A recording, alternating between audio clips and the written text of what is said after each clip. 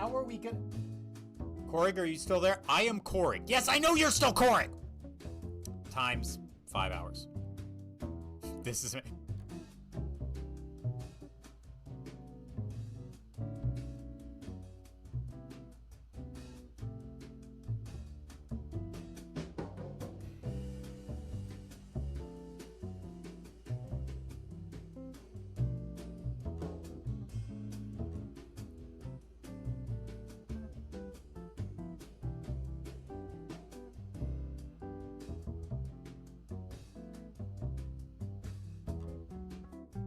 Yeah.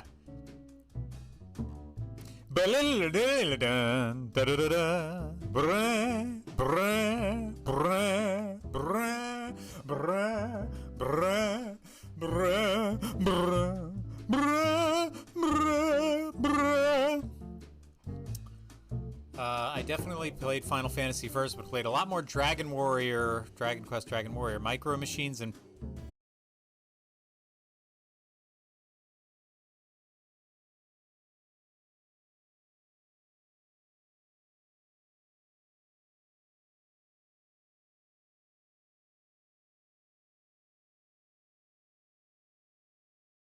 in one piece, and by brand I mean this ridiculous frock of facial hair. That's why I use mayonnaise. That's right, some people will try and sell you on their fancy products that actually clean and condition their beard. No, no, no. Mayonnaise. Day-old mayonnaise left out on the counter. Now let me tell you, maybe the stench would turn off some people, but not this guy here. Trust me, mayonnaise is what you need to keep this beard obsessively repulsive. Thank you. Plug your own... Ah, yes. Fascinating. I feel, like my calculations were indeed slightly correct, and yet completely off. I'm unnerved to be in a body this tall. I feel like, yes, perhaps conscionably, I should have reiterated the ramifications of my ender bag in calculations with how it would put me into a streamer of this low quality. I will find someone I'm afraid next I just time blew myself. who's a more capable streamer, and that way I will be able to process my desire to take over the world more effectively.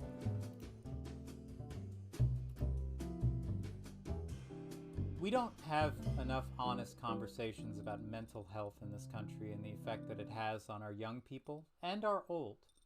And so I recommend that you watch my upcoming stream where I build the 1800 plus piece DeLorean from Back to the Future made out of Legos. Not because it'll help your mental health, no, but watching me slowly lose my grasp with reality, cognitively, emotionally, sexually, will be very good because you will understand that you're so much healthier always than I have ever been. Join me. Let my dysfunction help you feel better about yourself. Now coming to the ring, weighing in at 375 pounds, the flower child himself, obsessive repulsive.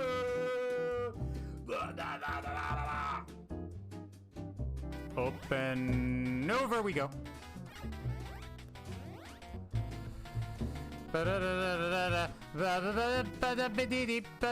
Jumpy, jumpity, jumpy, jumpa, jumpy, jumpy, jumpy, jumpy, jumpity, jumpity, jump, jumpity, jumpy, jimpity, jeepy, joopy, jumpada, bitty, deep,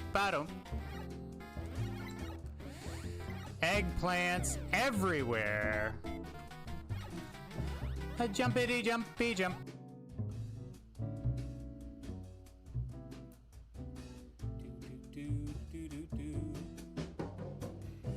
High quality.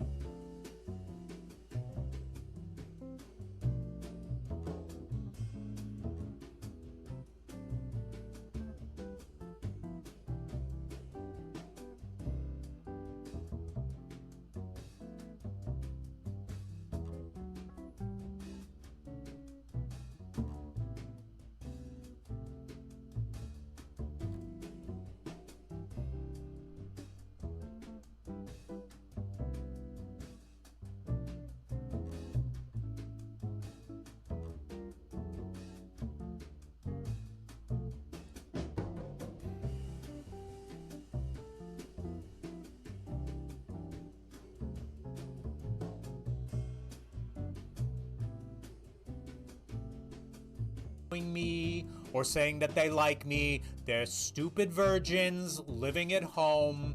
They don't represent me. And you know, the funny thing is, even though they're stupid and the people who play them are stupid, I'm still the greatest video game player of all time.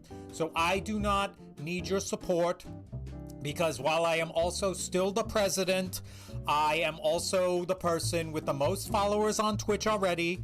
I don't need any more followers on Twitch.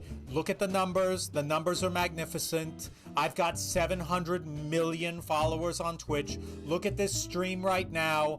50 million people watching me on this stream right now. Don't listen or look at the numbers. It says 4 people are on. That's just liberal fake news.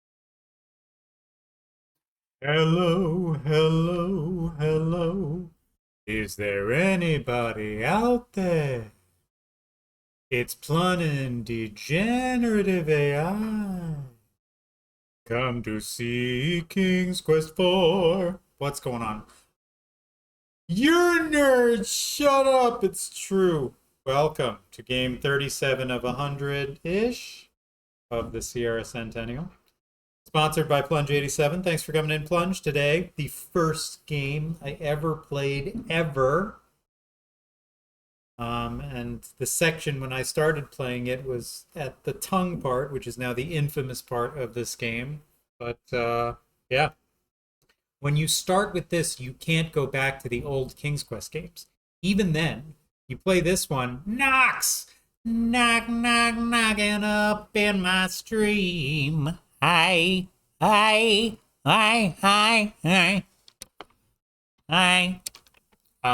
You can't go back to King's Quest 1, 2, or 3 because the graphics are like, what the fuck am I playing here? Like, why don't they all look like King's Quest 4? You don't understand how it works or things like that. So, anyway, copy protection is in. The game is loaded. Sierra presents. It is my first time. Why not?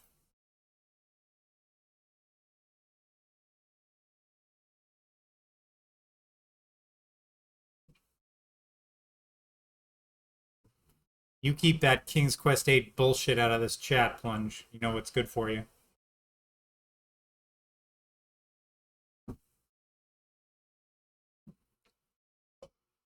I won't hear any of that. There will be no King's Quest 8 in this stream. I can guarantee it.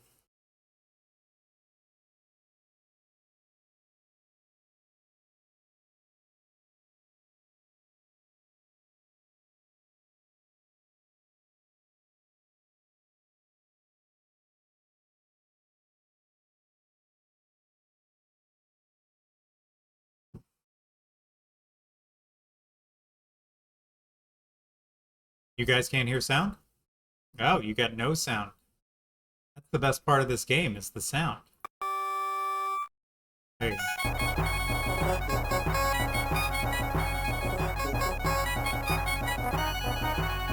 With the return of his long-lost son Alexander and the rescue of his daughter Rosella from the terrible dragon, old King Graham decides it's time to pass on his adventurer's hat to younger blood. He flings the battered hat towards his children, while his wife, Queen Valanice, proudly looks on a hat that he hasn't picked up in years. Maybe you guys will actually do something with this, because he sure as fuck didn't. As the hat arches through the air when suddenly King Graham experiences a terrible squeezing pain in his chest. Help me! He rasps. The adventurer's hat lays unclaimed upon the floor, forgotten.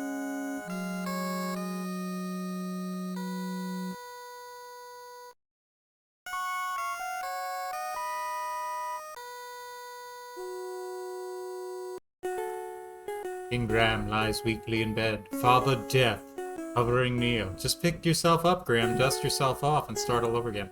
Grief suddenly overcoming her, Rosella screams to him, "Oh, Father!" He sobs, "You're still young. You should have many years ahead of you. Oh, I wish I could help you, Father." "Do you really mean that?" the soft voice asks. Rosella looks up but sees no one. Who's speaking to me?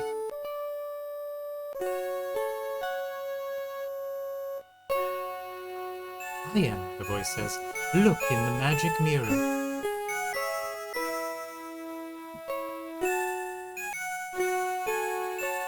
Rosella is totally not a self-insert character.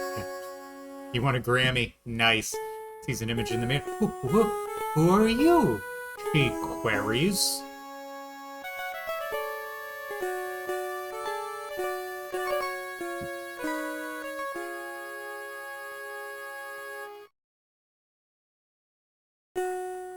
I am the fairy Genesta. In my land of Tamir, there is a remarkable tree. This tiny tree needs 100 years to bear a single fruit. But this is no ordinary fruit, for if a person were to eat it, they would find that good health and well-being would be theirs for many years. Unless they go on an adventure and one of many things kills them. Rosella is much heartened by the news. Where is this land of Tamir? As known by my King's Quest V playthrough on the NES with all the things that can kill Bram. Nessa smiles. Tamir is very far away, but with my magic, I can bring you here.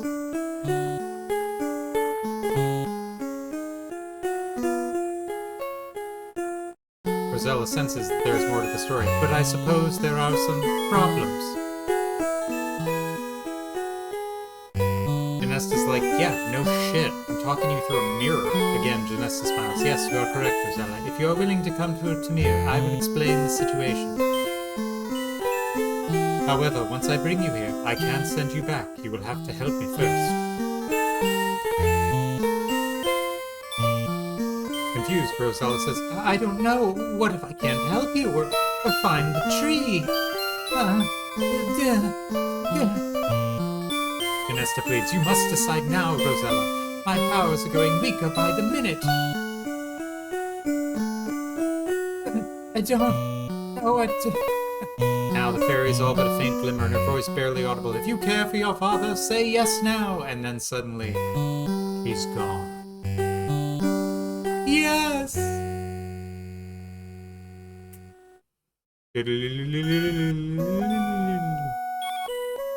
Easy. Ba. Easy game. The lovely fairy speaks. I am the fairy Genesta. Welcome to Tamir. These are my fairy servants. Fuck and shit. Rosella looks awestruck at the fairy. She is stunningly beautiful, but still, there is a certain sadness to her. Finally, Rosella speaks. I know you would like me to help you in some way, but I don't know how I could help a fairy.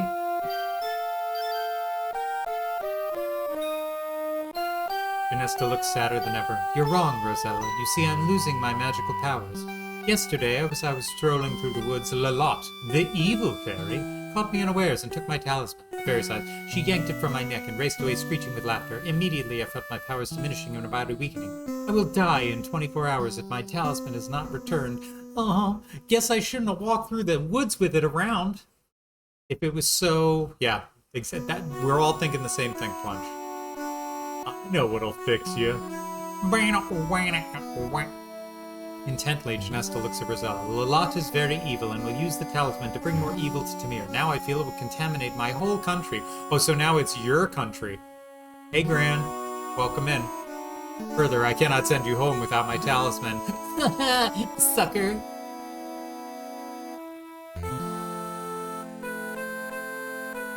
Rosella is unsure as to what she can do. Meekly, she asks, I want to help you, but how?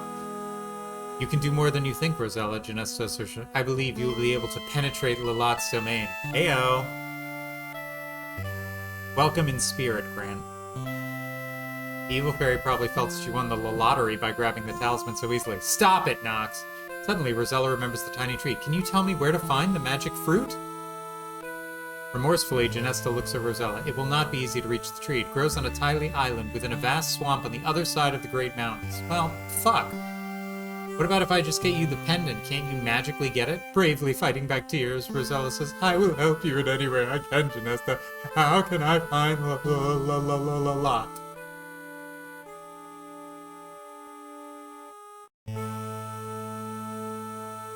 The beautiful fairy points eastward. Lalotte's castle overlooks Tamir from the Great Mountains. They really are, like, pushing the whole thing that Janesta is beautiful. They're like, look at how hot this fucking fairy is.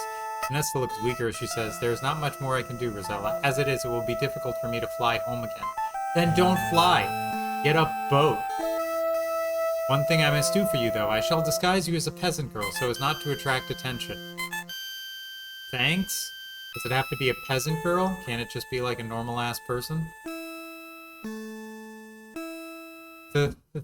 Thank you, Janesta, I think. Rosella stammers.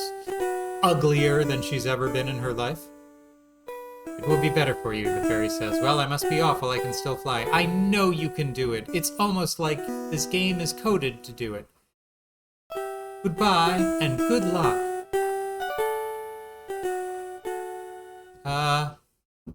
Okay. Well, I guess bye. Bye-bye. Well, you're on your own now, Rosella. And here's the one thing I just want to say, just for my mental clarity, right? This is brought to you by ScumVM.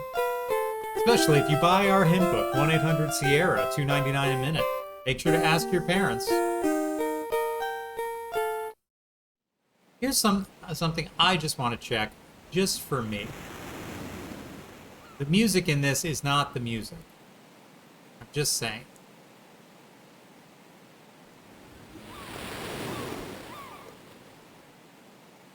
So, I would like to just see, just for shits and giggles,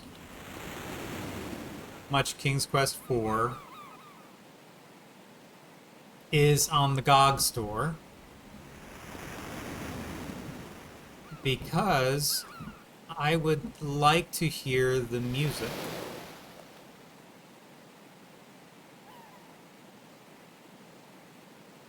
I'm kind of like, you know, I'm kind of all about the music. Cheap viewers, we only want expensive viewers, although I don't blame them for trying. I mean, geez Louise. Apparently everyone on Twitch was buying this shit. The music is so beautiful. It's almost kind of worth it to me to have that be the thing. So we're just gonna buy some music. We're gonna buy the game real quick, just so we can play the music. Music was the big part. This was actually one of the first Sierra games that used the then Sound Blaster sound card for their orchestral backing and everything like that.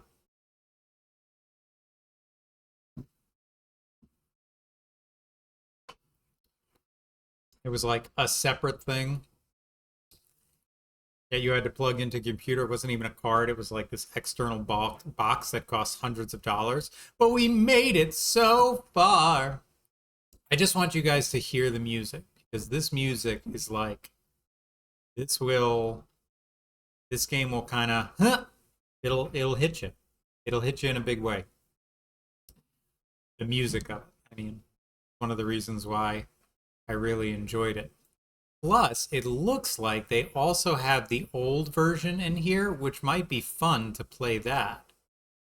God, that's great. If they have the old version in here, what a treat that would be.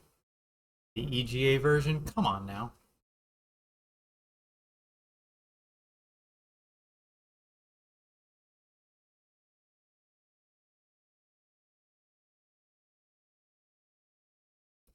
Let's see what features we got. Okay. Boop, boop, boop. Failed to connect to the GOG servers? What the fuck you talking about, GOG? Make like a toilet and get your shit together and get me my fucking game. Get your head out of your fucking ass, GOG. You dumb piece of shit, GOG.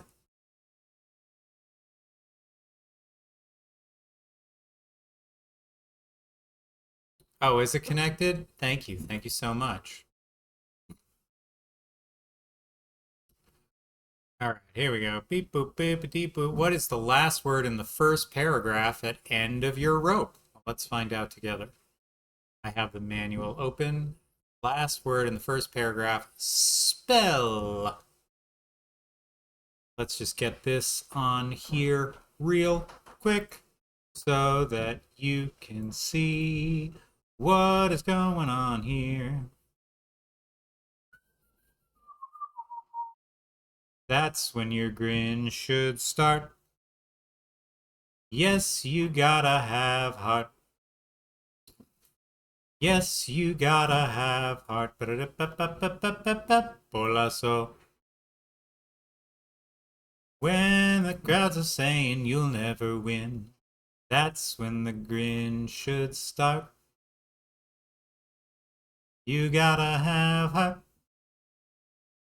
Mustn't sit around and barf. Hey, Fleebs. You're just in time to hear the hopefully better music. Come on, better music.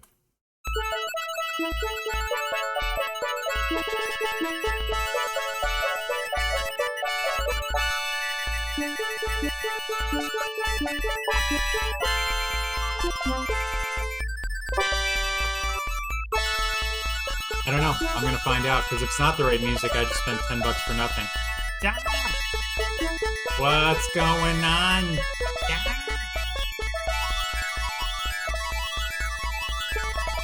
Yeah, absolutely.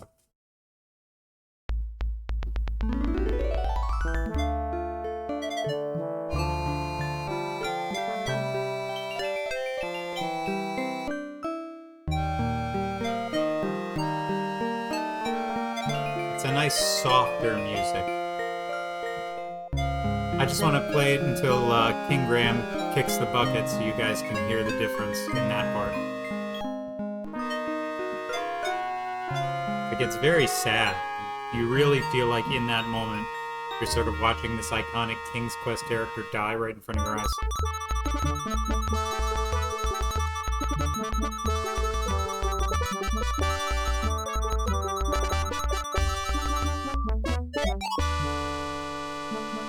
I think there was also kind of a sick pleasure that the designers had to find all these ways where Rosella can die. You know? It's like, oh good, now we get to kill a girl. But it's okay! It's fine. She didn't know how to swim anyway.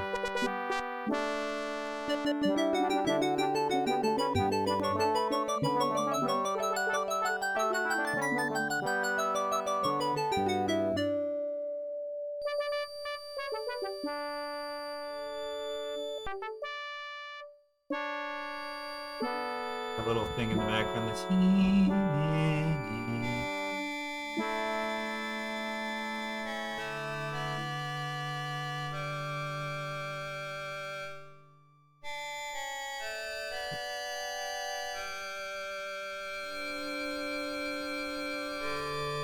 Our best royal doctors can't come up with anything.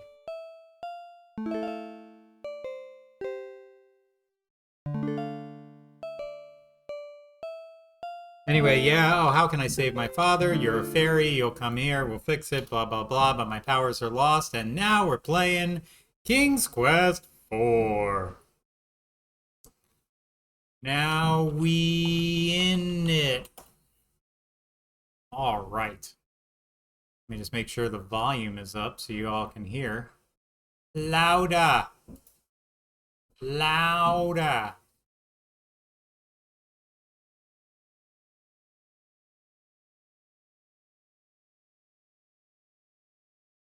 Sierra games that start on a beach, always clutch.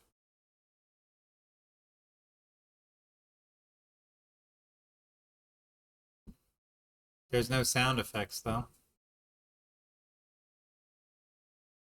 You guys hear the sound effects? Do you hear anything?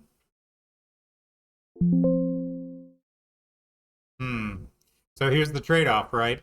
Do I get the music for one, but not the sound effects? Is that what you're telling me, game? Maybe I just still have it set to super light from Gabriel Knight? Nope.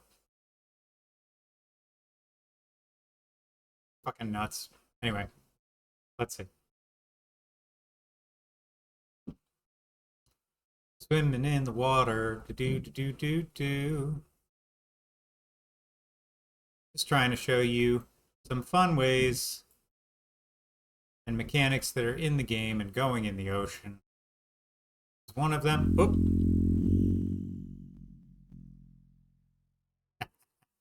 You made a tasty morsel for that hungry shark. Next time, be more careful. Hey, Debts, what's going on? The best one on Twitch? Well, I don't know about that. But thank you and welcome in. The shark is random. Just an FYI. Sharkade Rosella in a series of bites. You would say that they were killing bites. Cold River carves its way through this lush, flowery meadow.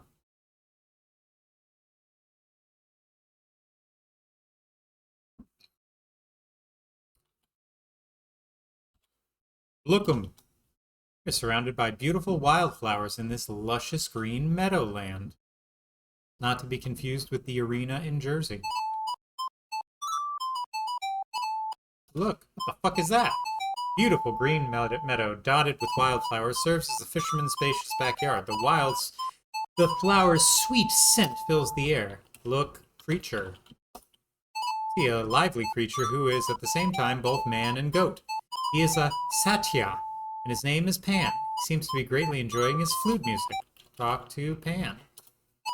You attempt to speak to Pan, but he pays you no mind. He's too wrapped up in his flute. Ready for your Stranger Things branded pizza.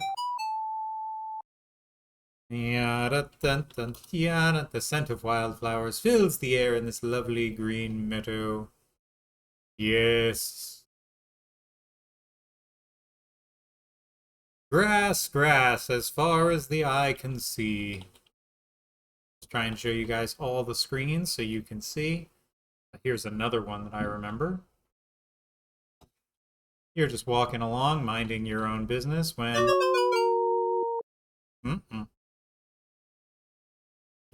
That last step was a doozy.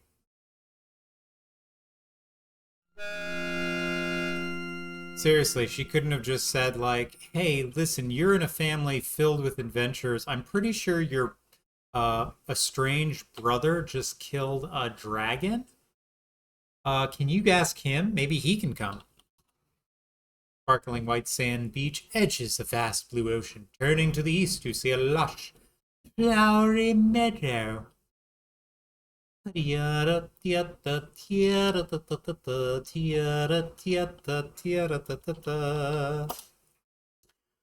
poor fisherman's shanty adorns this part of the coastline. A pier stretches from the house out to the ocean west. You see a pretty meadowland off to the east. You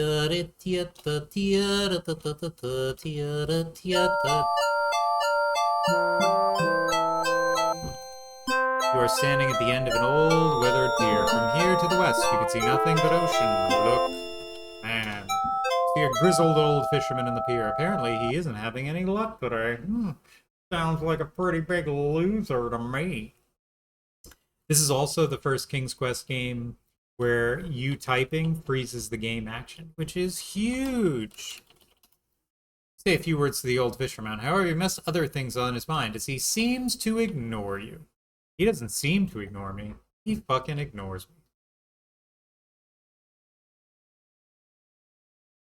Let's get lucky! What's with all these ignorant people in this place? Every King's Quest game is mired with people who have no ability to help you aside from giving you one item. I can't remember what the amount is that you can swim, but I know that you can only swim for a while before I get sleepy. I can't remember if it's screens or times in the water, so let's say it's screens.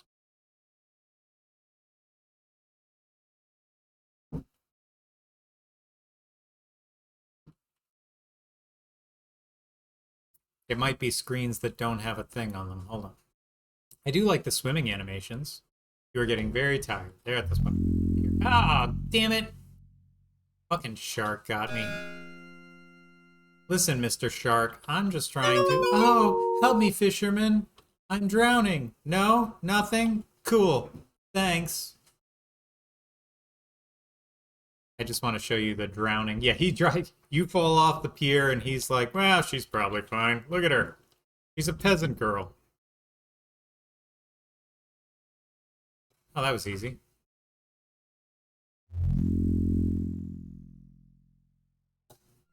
I'm trying to just have the fatigue thing instead of the shark, but the shark is random. Anyway, you can just drown in the water.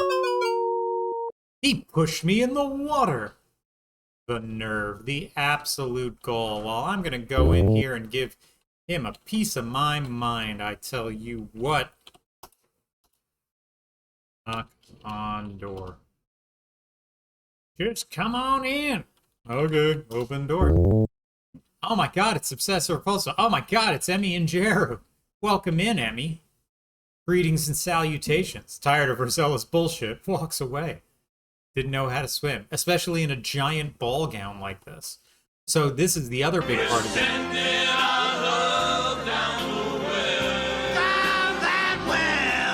Get down that well with the love. Give some love to someone down a well today. This is also the game where it had the increased sprite size. Although why they make Rosella looks like such a mongoloid moving forward is anyone's guess. I need you to believe in yourself. Okay, yeah, I believe in myself. Isn't that better? Isn't that better? Don't you feel better? Don't you feel a lot better now? Don't you feel good? Don't you feel better? Do you feel better? So much better. Yeah. So much. Yeah. Do I look better? Do I look better? You look better. So much better. So much better. The only one with the bigger sprites, so you can really see some detail in the things here, which is nice. I appreciate. The inside of the fisherman's shack looks almost as shabby as the outside. Geez, I mean, I know you're a princess, Rosella, but don't be a bitch about it. Fisherman's worn, tattered wife sits at the table with her husband. Oh, so she's not beautiful like the fairy? Is that what you're telling me, game? Fisherman's pole has been set in the corner. Steel pole. You are not a thief, Rosella. Well, you know, if I sponsor you to play Date Everything, will you do it? I mean, Plunge sponsored me to play 100 Sierra games, so that should answer your question. Talk to wife. You say hello to the poor woman. With little patience, you respond, "What are you doing in here, young lady? Can't you see I'm busy? We don't have enough problems about worrying about you." Jesus, okay. Talk to the you talk to the grizzled fisherman as he sits at the table, sighing. He tells you, "Them fish ain't biting lately. If I didn't get better soon, I don't know what to do. But take a dang do. That wife hates me. Jeez. It's almost like she's upset for no reason when a mysterious blonde woman just comes into her house and is like, "Hey, what's up?" So that's the first loop. We did the second loop over here. Let me save every 4 seconds because I'm fucking crazy. Oh, look, it's a gorgeous and comfortable pool. What? Oh. Going through a thick wood, you hear birds chirping. No, look at the unicorn. You see a beautiful wild unicorn in the meadow. Its coat is dapple gray, and its wonderful horn shines like gold. The unicorn shies at your approach and trots away. No, come back.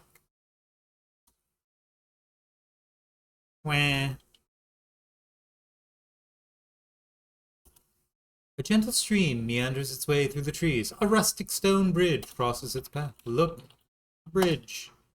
A rustic stone bridge adds a bit of charm to this part of the woods. Look under bridge. Peek under the bridge, but do not see anything of importance from where you're standing. Well, how about if I stand right here, you fucking game? You kneel down and peer under the bridge. Aha, you have found a small golden ball. You pick it up and carry it with you. Look, ball. It's a gold ball. Well, nothing gets by me, huh? You guys, I got a gold ball.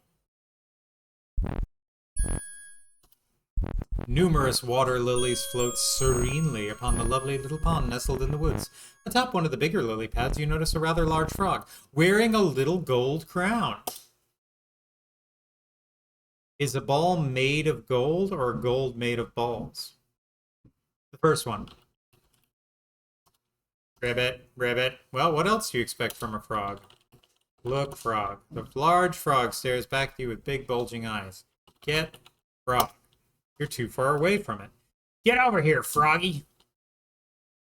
Oops, you scared the frog away. Well, shit. There he is. Kneel down. Kneel.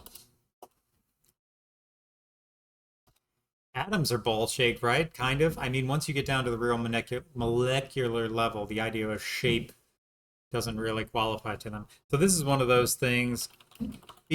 There's so many like moon puzzles in here where you're just like, what the fuck? Why on earth would it? But anyway, give frog gold ball. Try another spot.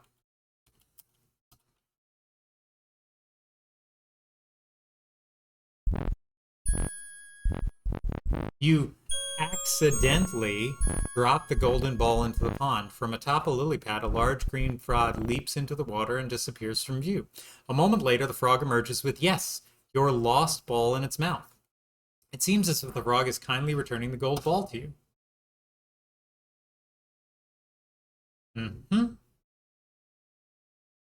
Pick up frog. You're not near enough. This game is so, like, so detail-oriented. Squinching up your nose in disgust, you catch the large frog and hold it in your hand. It stares at you with its big, bulgy eyes and wobbles its throat. Kiss frog. After looking into the bridge, every player could definitely say that they're having a ball. This is definitely a fairy tale about a princess frog and a golden ball that they're drawing from here. I never understood the golden ball reference. Was that part of the Princess and the Frog fairy tale? I missed that.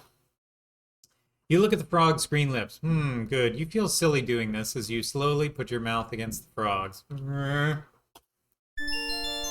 Suddenly, the little green frog changes into a handsome prince. He doesn't look very handsome to me. Kind of looks sort of derpy. Who are you? The prince demands. Ha! I thought you were supposed to be a princess. Why, you're nothing more than a peasant girl. You blanch a bit at that remark, but say nothing. Well, ta-ta, he says. I'm off. Here, you may keep this. To your surprise, he tosses the little golden crown at you as he takes his leave. Good riddance, you think. Well, I'm going to take my ball and go home. So now, if you look at the crown, wear crown. It's not a good idea now. Well, when would it be a good idea? So it's very counterintuitive. They're just like, oh, it's not a good idea now. Well, when the fuck is it a good idea? Well, you'll know when you get there. Oh, great. Thank you. Yeah, if that's the case, it makes sense. Roberto was really into these actual fairy tales. I guess so. I just never knew. It's one of Grimm's fairy tales with the golden ball. Well, there you go. Let's take a little swim. So here's another thing. One of these, like, I don't want to say soft lock. I think it...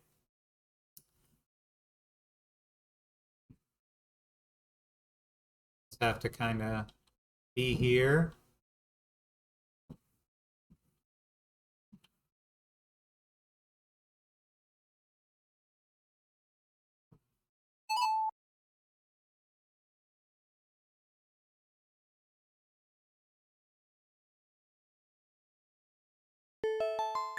Aha!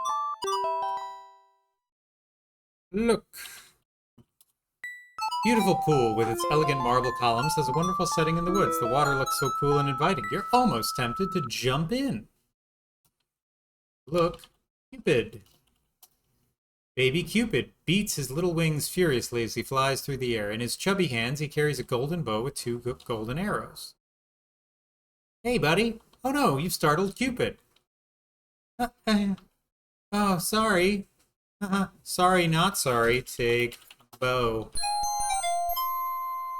So now you only get 2 arrows, and by golly, if you don't need both of them. But that doesn't mean that I'm not going to have some fun playing this game, trying to see what I can shoot with these arrows. I'ma shoot some shit. Shoot some shit. Shoot some shit, make it legit. I'ma shoot some shit. shoot some shit with my lady bits. You see a crude mine shaft in the midst of the forest of pine trees.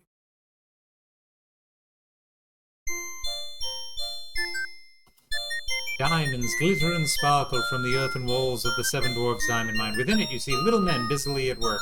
You have encountered a group of small men working in the diamond mine. They're not too friendly, though, as one of them forcefully tells you to leave the premises. Wow. Fuck you, then.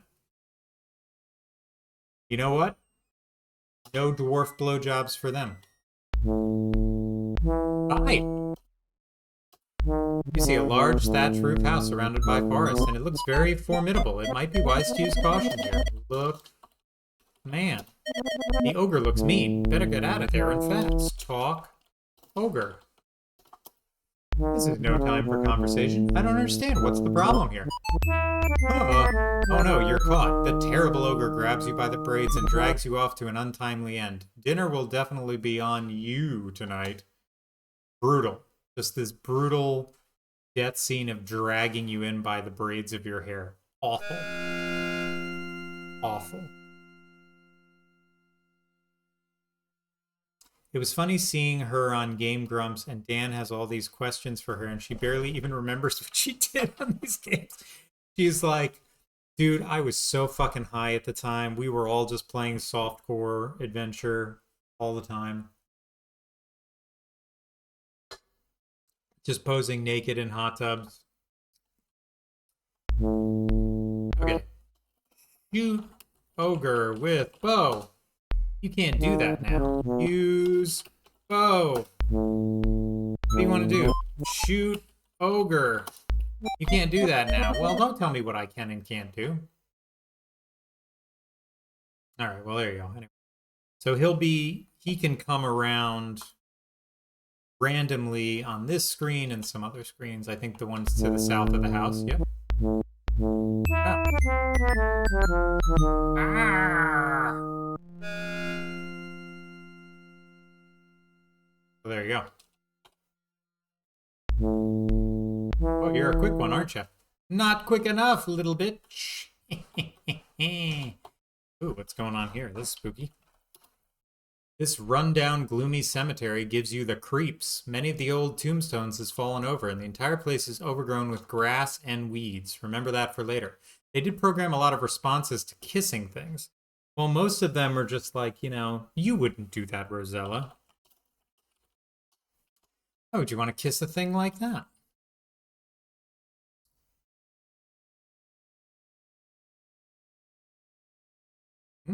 What's going on here?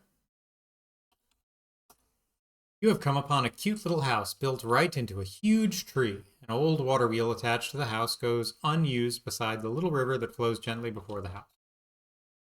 Well, it's time for some breaking and entering. Knock on door. Well, time to break and enter. This is the main room of the Seven Dwarfs' cozy treehouse. What a mess it is. Don't break the law, Sonny Buns. You have entered the small upstairs bedroom of the Seven Dwarfs. My goodness, these dwarves are sloppy. Well, let's go into gender stereotypes of the 80s and clean up. But I do like the music. When I first started playing this game, I thought she was using magic to clean. I didn't know that that was just the animation. I thought she had a spell she was casting that was cleaning everything automatically.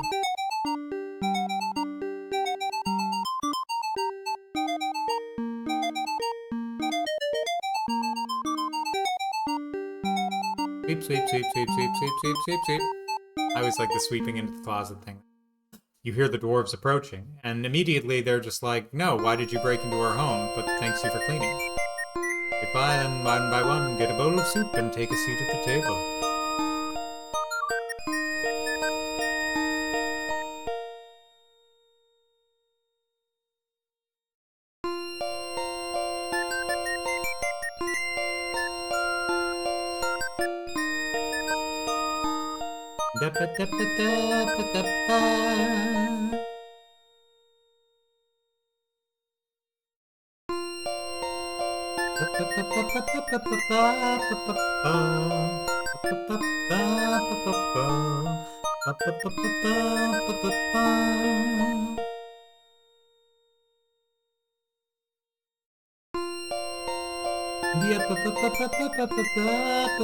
This dwarf must be really hungry. He's getting 2 bowls of soup. Look at this fat fuck. Terrible. The 7 dwarfs seem very pleased that you tidied their messy home. One politely asks you your name. You tell him, and he cordially invites you to sit down with them and eat the bowl of soup he got for you. Well, I mean, if you insist. I guess I could be troubled to do so. You seat yourself at the table and begin to eat the surprisingly delicious soup. What's that supposed to mean? Dwarves can't cook? Talk to dwarf. You politely ask the dwarf nearest you, "Where are you from, Rosella?" He asks you, tell him Daventry. Thinks for a moment. Never heard of it. Again, you engage in conversation. Is Daventry far from Tamir? The dwarves wonder. Very far, you tell them. How did you get here, they ask.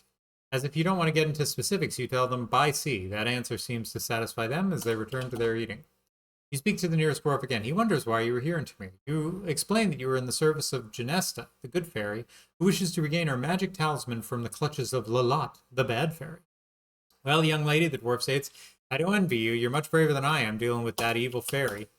You attempt a conversation at time, but the dwarves tell you that they must hurry and finish their soup, as they need to get back to work before dark. It does get dark in this game. It does get dark and it's very lame. It gets dark and scary, and let me tell you, Mary. Oh! Yum, yum, yum. Eat the soup. Yum, yum, yum. Tastes like goop. This also, well, I wouldn't say this introduced Stair Nancy, but this was the King's Quest game I think that is most infamous for the stair bullshit. Like when you think about bullshit stair physics, you think of this game. And you're just like, why in the shit fuck is this how I get up and down stairs? Who would How many design assholes it? we got on this ship anyhow? Yo! I knew it, I'm surrounded by assholes. Keep firing, assholes! Goodbye and thanks for the soup, you call as they take their leave. And they do not clean up their bowls. You finished your soup also. It was maybe the best soup you've ever tasted. Maybe, though, you were just really hungry. Clean.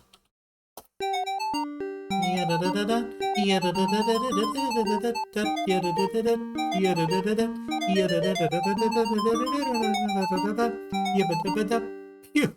Hope that's the last of it. Look back. You don't have it. Look table. A long wooden table. You also notice a blue pouch. Look pouch. There's a blue pouch in the center of the table. Take pouch. Look pouch. Diamond pouch. Heyo. Y'all want some diamonds? Look at this commute. What a commute, huh? You get right to work.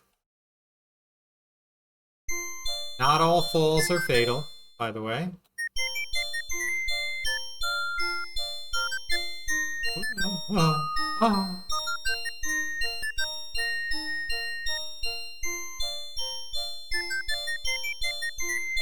Here, what happens if you give pouch? Give pouch. The dwarves have everything they need. Return pouch. You found a diamond in the rough. I am a diamond in the rough, Plunge. Return pouch. Being an honest person, you offer the forgotten pouch of diamonds to the dwarf. His gruff exterior softens a bit. Nah, you can keep it, he said. We got plenty here. We also got an extra lantern we ain't using here. Go ahead and take it. The dwarf's gruffness returns as he said, now skedaddle out of here. Skitty your daddle up and out of here. Ain't no place for a peasant girl. Go and do our dishes. Your dishes? Yeah, go dishes. Skedaddle out of my nya. Get your nya out of my nya, see? So we almost explored the entire world on land. Oh. Oh, hello. This is a creepy place. You have found a grove of very odd and scary-looking trees. A thick forest surrounds the grove. But the dish ran away with the spoon. Also, welcome in, Mind Slug. How are you? These trees are probably very friendly. Nothing to worry about here. Talk about being torn limb from limb. Knox, did you write this game?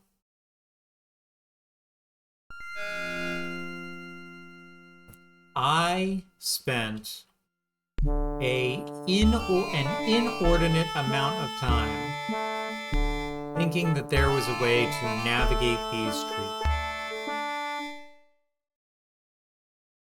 And being like, maybe pixel perfect, do I have to get? My obsessive repulsiveness existed even at a young age. It seems you'll discover your roots, Rosella. They killed me again. It happened off screen.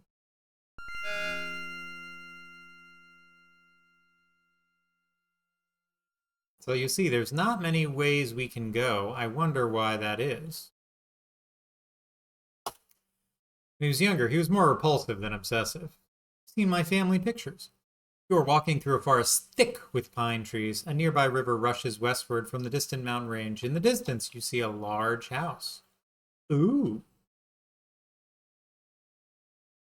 Hello. Indeed, this is a spooky old house. It looks as if no one has lived here for many years. Flanking the old house on both sides is a rundown cemetery. A thick forest looms all around. Is anybody home? Knock on door. Oh my god, what else could knock be? With trepidation, you rap on the door. Not surprisingly, nobody answers.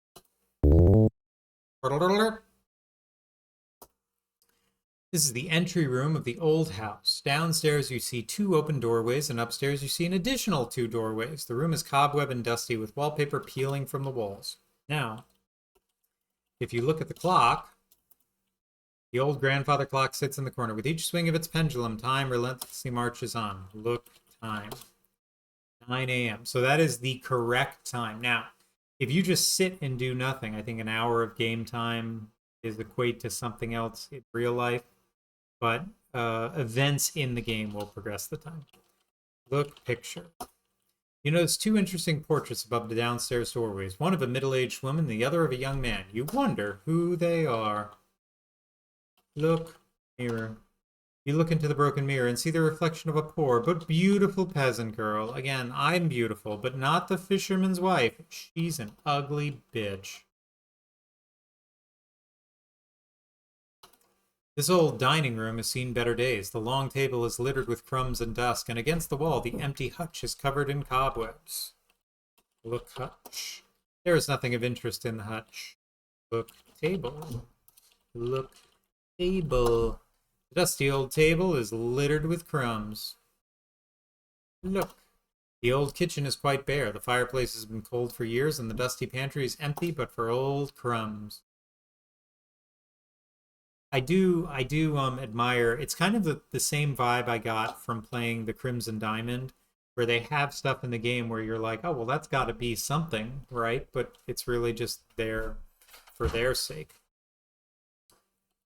Look, considering the disarray of the rest of the house, the parlor looks in relatively good order. However, the fireplace is cold and unused. The bookshelves are almost bare. The old furnishings are dusty. Look, painting. Interesting portrait as a young girl hangs above the fireplace. You gaze at it intently and notice that her eyes seem to stare at the left wall of the parlor. Look, wall. You examine the left wall very closely and notice a little latch. Move the latch. You flip the latch on the wall and behold, you have discovered a secret door. You guys, I'm so good. Look, books. You examine the books on this side of the room. None of these books are up to the quality reading you're used to. Now, excuse me. You examine the few remaining books on the bookshelf. Only one catches your attention. It is entitled The Complete Works of William Shakespeare. I love in the King's Quest realm, William Shakespeare still exists. You remove the Shakespeare book from the shelf and carry it with you. Read book. Look how my ring encompasses thy finger, even so thy breast encloseth my poor heart. Wear both of them, for both of them are thine. He jests at scars that never felt a wound. What soft, what light through yonder window breaks? It is the east, and Juliet is the sun. Look how my ring, see how she leans her cheek on her hand. Oh, that I were a glove upon that hand, that I might touch that cheek. I mean, it's okay.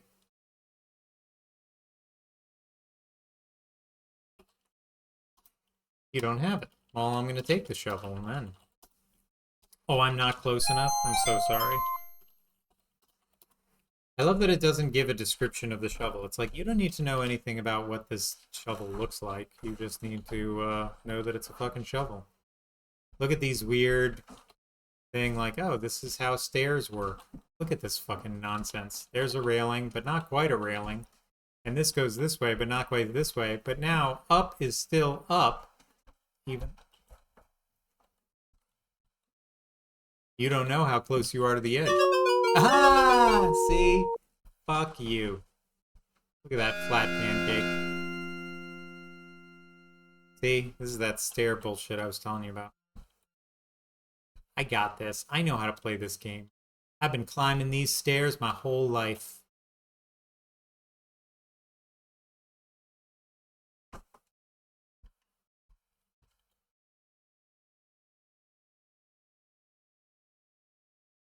I know stairs.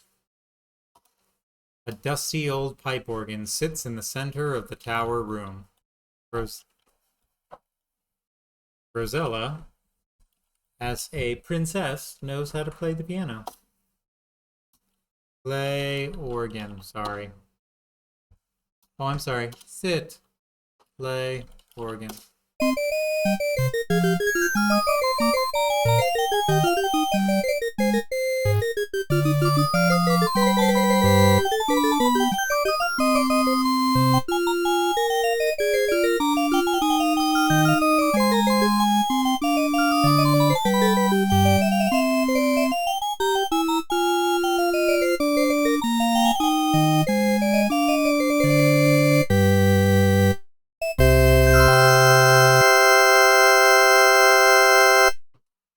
What a virtuoso you are, Rosella.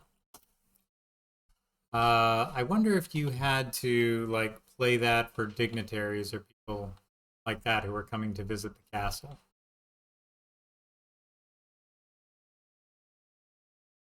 I was like, Rosella, the new princes are coming. Please play for them, darling. Oh, yes, mother. Play for them and be entertaining. Not so much attitude this time, Rosella. Yes, mother. Rosella, we're going to have to sacrifice you to the dragon. Also, think about the fact that Rosella was like the last one. So how many single maidens were sacrificed in Daventry before they finally got to the king's fucking daughter? Crazy.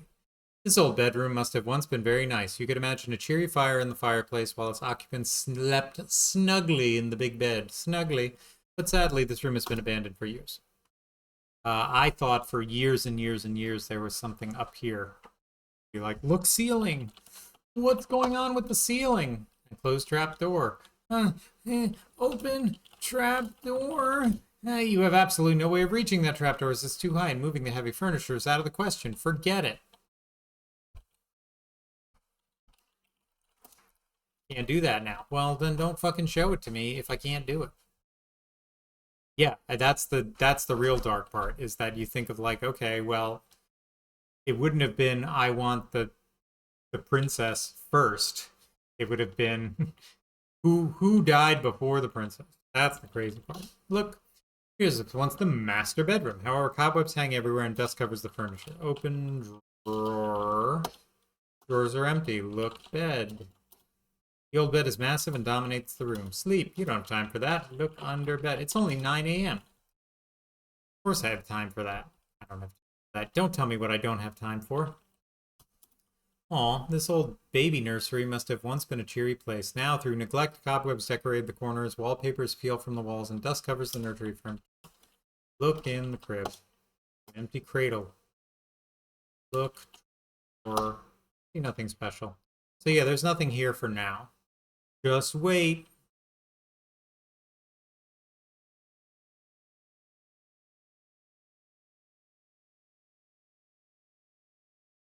Just wait, because shit's gonna get weird. Shit gets weird later. Later.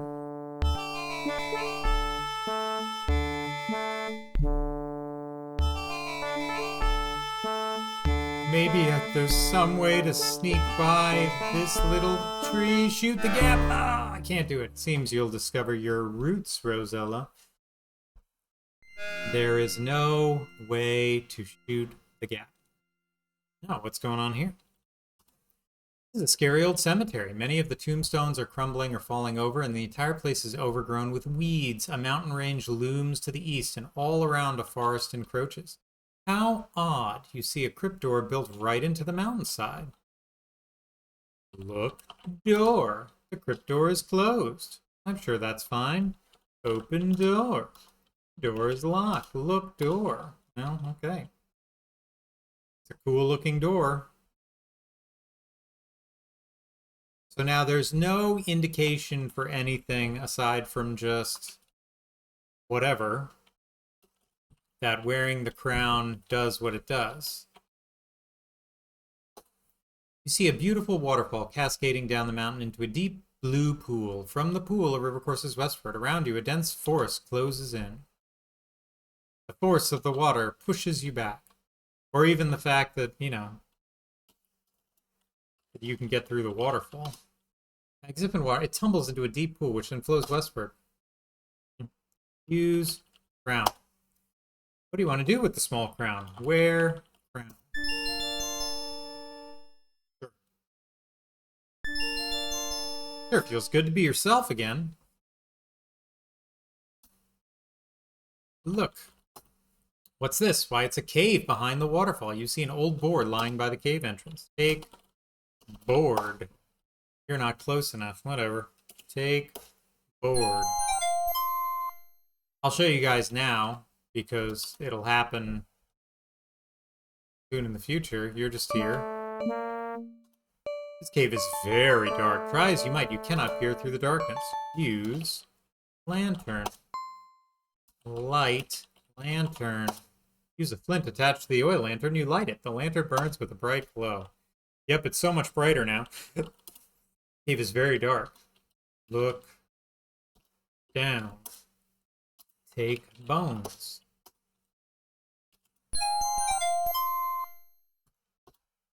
So again, you would not even you would know look down. But again, this lantern, quote unquote, provides no illumination, no support, no nothing. Just me hurtling through time and space, wondering what's going on. Ah, watch out. Watch out for what? What am I looking out for? Look, man. You can't see the troll. It's too dark in here. You've been caught by a vicious troll. Fate be what it may, you are dragged off to meet it. Ugh. There's just some very dark connotations of what's going to happen to Rosella. Some of these things. You know, fate be what it may, we don't know what'll happen to Rosella. One of the things I appreciate, use board on troll. So you think, okay, hit troll with board. What? Use board on troll. I could almost swear that you could smash the board in one of the versions over the head of the troll and it doesn't make a fucking difference. Anyway, the troll is random. That's another one of these things where it's just sort of like, good luck figuring out how to play this game or solve that puzzle because the troll's random. Cool. Yeah, the problem isn't my violence. The problem is the troll's violence. But thanks, games. Like, hey, you did the right thing, Rosella. Also, this troll is probably going to rape and kill you, so sorry. Mountain range rises to the east from the forest. A narrow path winds steeply up the side of it. It's time for some fun. I already saved, but I'll do it again. I would always try and play the racing game. Oh no, Lalot's goons. Don't worry, I'll get away from them. You should be more careful, Rosella. Not a lot of great death lines in this game. I was obsessed, what, me? With trying to up the speed enough to be able to outrun the goons. But it's very difficult. And you can't beat them anyway. The best you can do is kind of make it around a corner. Okay. Look, I'm right down there. I'm fine. Get up!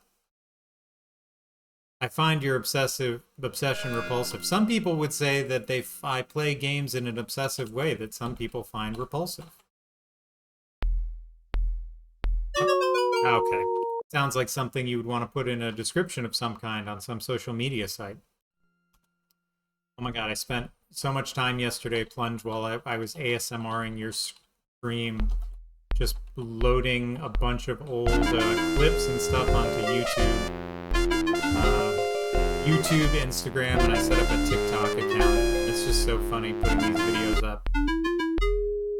Well, my pets, Lolotus, what have you dragged home today? TikTok loves Lego videos, apparently. Yeah, sorry about that. Are you a foolish girl who wandered here by mistake, or are you a spy sent here by my enemy, Genesta? You swear to Little Otta you are nothing but a poor peasant girl who has lost her way, but she doesn't seem to believe you as her mouth begins to snarl and her eyes narrow to mere slits. I'll show you a slit.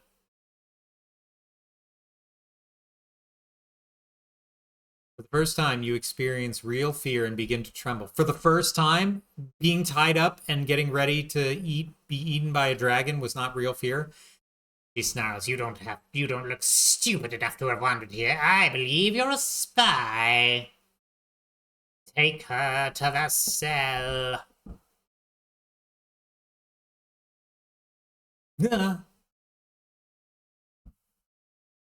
Well, that's the game. You die in the cell. You have found yourself in a horrible cell. It looks as if others have found their way here too. Hopefully you won't end up like them. Take whip. Watch me whip. Watch me nene. Take bones. You already took it. Oh, I guess I can take bones from here. Look, machine. The ominous machine lurks in the corner of the cell. As to its purpose, you don't want to know. There's nothing of importance on the walls. How about on the floor? There's nothing of interest on the floor. I contend the henchmen are returning. Perhaps they are setting you free. I contend this is one of the best profile pictures in King's Quest games. Just the simplicity of the hair, the mouthless face, the body shape, the dress. I'm a big fan of it. The sideways view. The front view is her stupid mongoloid face I always feel bad about. Yes, Phlebes, I am winning. Look, I'm making friends with a fairy. The lot gives you a sickly sweet look. You're lucky, my dear, she coos. My precious son Edgar has taken a liking to you, and he believes you. He's convinced me to give you a chance to prove your innocence. Yes, I'm playing a girl. You glance at the homely young man standing next to Lalot. He blushes. So he's not beautiful? Only fairies, huh? I wish to own the unicorn that inhabits the Meadowland. Bring me the unicorn, and I shall not only set you free, but reward you as well. Well, how convenient. Your henchman in Lalot orders, go, take her back to the forest.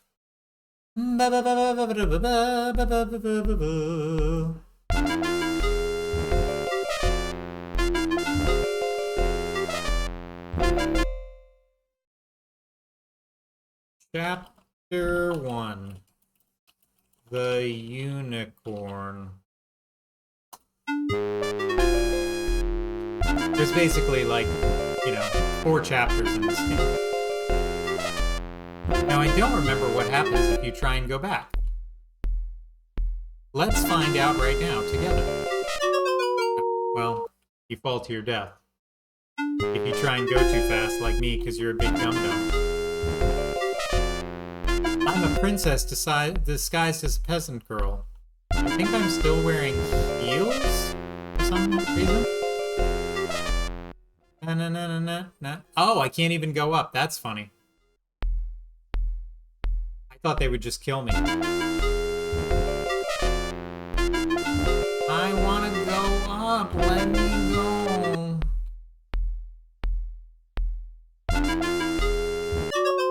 Okay. Well, I don't have to beat that dead horse. So again, talk about unintuitive things to do.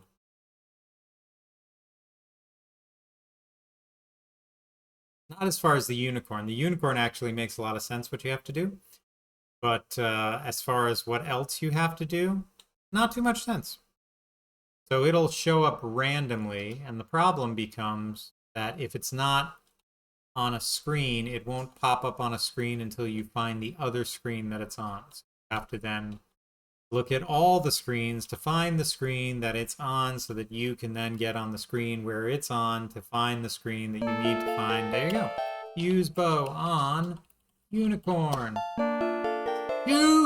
Unicorn with bow. How intuitive. Like, I'm gonna kill it. You aim one of Cupid's golden arrows towards the beautiful unicorn. You let go of the bowstring. Zing! Bullseye. The magnificent unicorn is no longer afraid of you. It's now your friend. Yeah, excuse me, I believe it's now in love with me?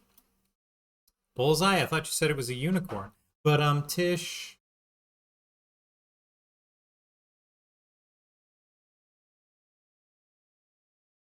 Get on unicorn. It would not do you any good, as you cannot mount the unicorn, but you could not guide it.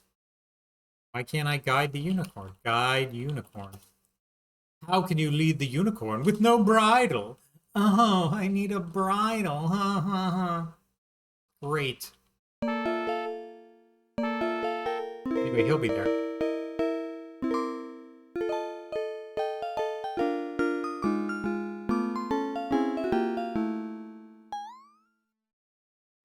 Boing. A bling. A bing, a bing, a bing, bing, bing, bing, bing, bing, bing, bing, bing.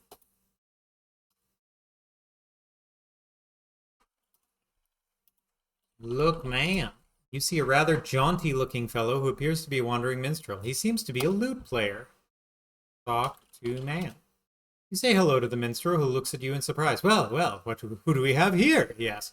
You introduce yourself as Rosella. Hello, Rosella, the minstrel says. Let me play for you one of my favorite tunes, and he begins to play an old ballad. Unfortunately, it appears his musical skills are quite limited, as he plunks and plings his way through an otherwise beautiful song.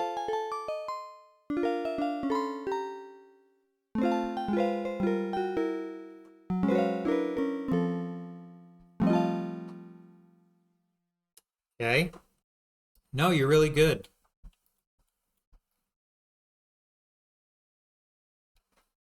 I don't like that I can't just use my cursor to move down one. I can't use my arrows to move down. I have to like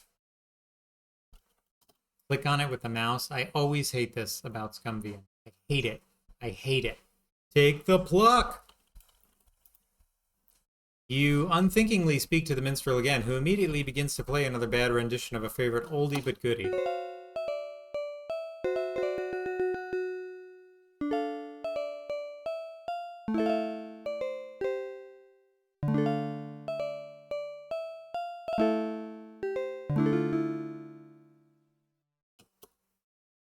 The minstrel seems quite pleased that you appreciate his music so much. He obviously loves the attention as he goes into an out-of-tune version of Greensleeves.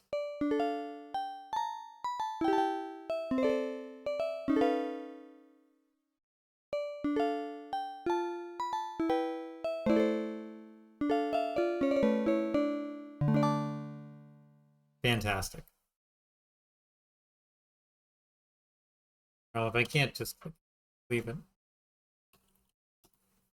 Can't get enough, can you, Rosella? This guy obviously loves an audience as he takes you through another popular ballad.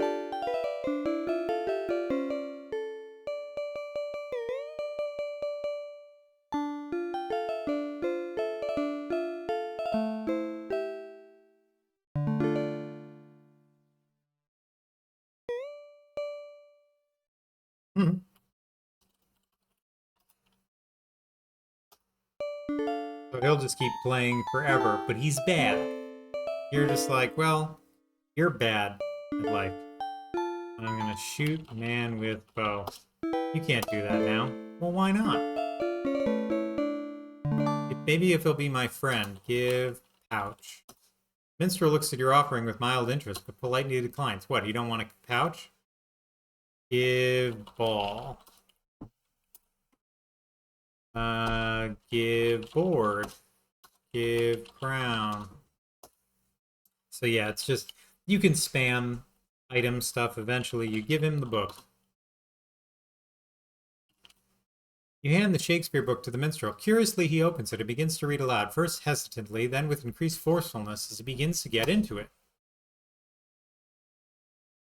Suddenly he stops and looks at you. This is wonderful, he exclaims. This gives me a new lease on life. No longer am I a mere minstrel. Now I become a famous actor. To be or not to be. How's that? He then gives you his lute, bids you farewell, and wanders off to stardom. Easy. Bah, easy game. Again, it won't let you do the things that you need to do until you're where you need to be to do the things you need to do. For example, by the way, you're so much better at the lute than a professional minstrel. You've been sitting in a castle your whole life.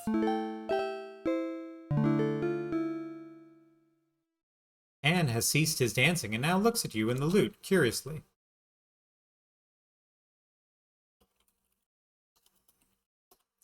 You speak to Pan, but he doesn't respond. He only stares at you expectantly. Give lute. Okay. Pan gratefully accepts your gifts of lute and returns. He gives you his flute. Happy now, he dances away with it.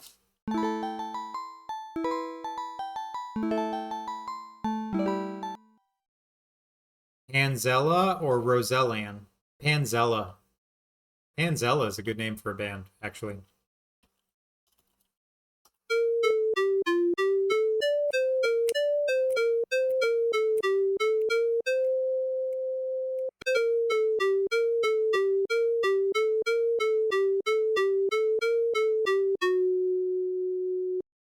But father, why do I have to learn to play the organ and the lute and the flute? Someday, Rosella, you'll thank me.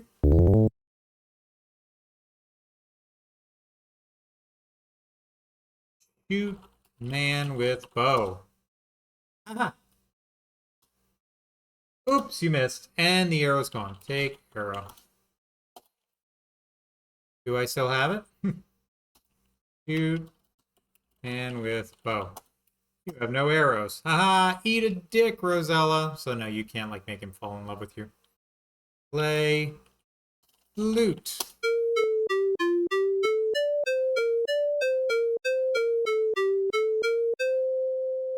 Huh? You guys like the flute? Cool, right? It's good, right? Sounds good? No? Alright. I would have thought he would want the gold ball, because it's made of gold. The fisherman and wife look at it with interest, but then shrug and shake their heads. Well, fuck you. It's a ball made of solid gold. Alright, give pouch, freak fuckers. You offer the pouch of diamonds to the fisherman, who takes it gladly. Wife, give the girl my fishing pole in trade, tells his tired wife. Obediently, she retrieves the pole and hands it to you. Thank you very much, she says, smiling. You have certainly helped us. Yeah, I have. Oh, I forgot about the one important thing. But I'll show you, even me now forgetting it. Me knowing how to play the game and having played it millions of times. Fish. Eagerly, from the end of the pier, you fling the line of the fishing pole into the ocean. I'll bet I'll need the cat. But wait, you haven't baited your hook. Feeling rather sheepish, you reel in the empty fishing line. Oh, well, where's a worm? I don't know. Let me just look in every screen on the game until I find one. Yup. Have fun looking on every screen in the... I can speak.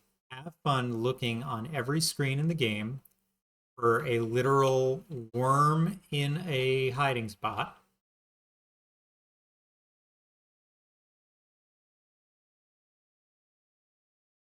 Dun, dun.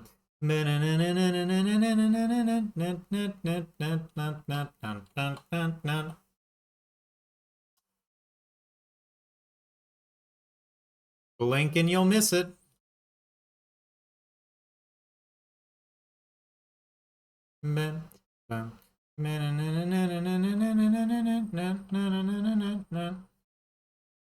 See?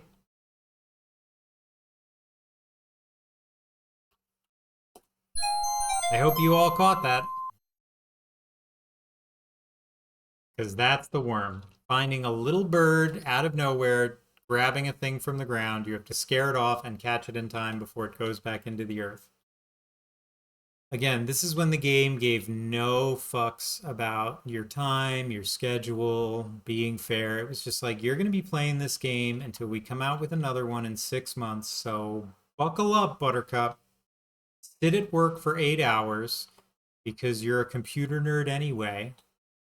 And think about what the next solutions might be. Go home and try it. And then when you do and it does or doesn't work, you'll be like, oh my God. And talk to your other nerd friends and be like, where's the worm for the fishing hook? There's no bulletin board. My bulletin board is Steve, the only other guy at the office that plays Sierra games. But why do I need a fish? Oh, I don't know. Just letting you know that you do need one, because if you don't get one now, you're up. Fucked river where things are sure fucked. Bait, hook. Scrunching up your delicate nose, you gingerly bait the hook of a fishing pole with a large earthworm. Fish. You also know how to fish, apparently. Almost immediately, you feel something sharp tugging the line. Something pulls and fights your line as you slowly reel it in. There it is, you've caught yourself a fine, fat fish. Rude. And it's dead immediately. What did I do? Fucking blow its brains out? Anyway, yeah, now for no reason whatsoever, we know we need to get this unicorn. We also know that sharks randomly appear in the ocean. Oh, also a whale will randomly appear in the ocean. That's great that it's there, but right now I don't need that. Not yet. Why? I'll tell you why. Because I need to get something else here, or else I'm soft lock fever. Soft lock fever. Stare out into the ocean and white sand beach of the secluded island. From the middle of the island, a majestic ivory palace towers surrounded by a lovely manicured garden. See the azure ocean stretching in front of you as you stand on the beach of this marvelous island. Behind you, set amongst a beautiful garden, rises a splendid ivory palace. Look, bird. A majestic peacock with beautiful tail struts by. Peacock? No, it's another peacock. You see the beach of a beautiful enchanted island. An ivory palace rises majestically, blah, blah, blah. Look down. It catches your eye. What's a beautiful peacock feather? Take feather. Na na na na. If you don't get that, you're fucked and you're stuck in this game forever. You see a sparkling sandy beach on an exotic island, center of the island, yada yada yada. You have found yourself upon a most beautiful and exotic island. In the center of this island, a wondrous ivory palace towers. It's gorgeous, really. I mean, honestly, they've made this whole... I like how they guard the palace door, but there's nothing they can do to stop me.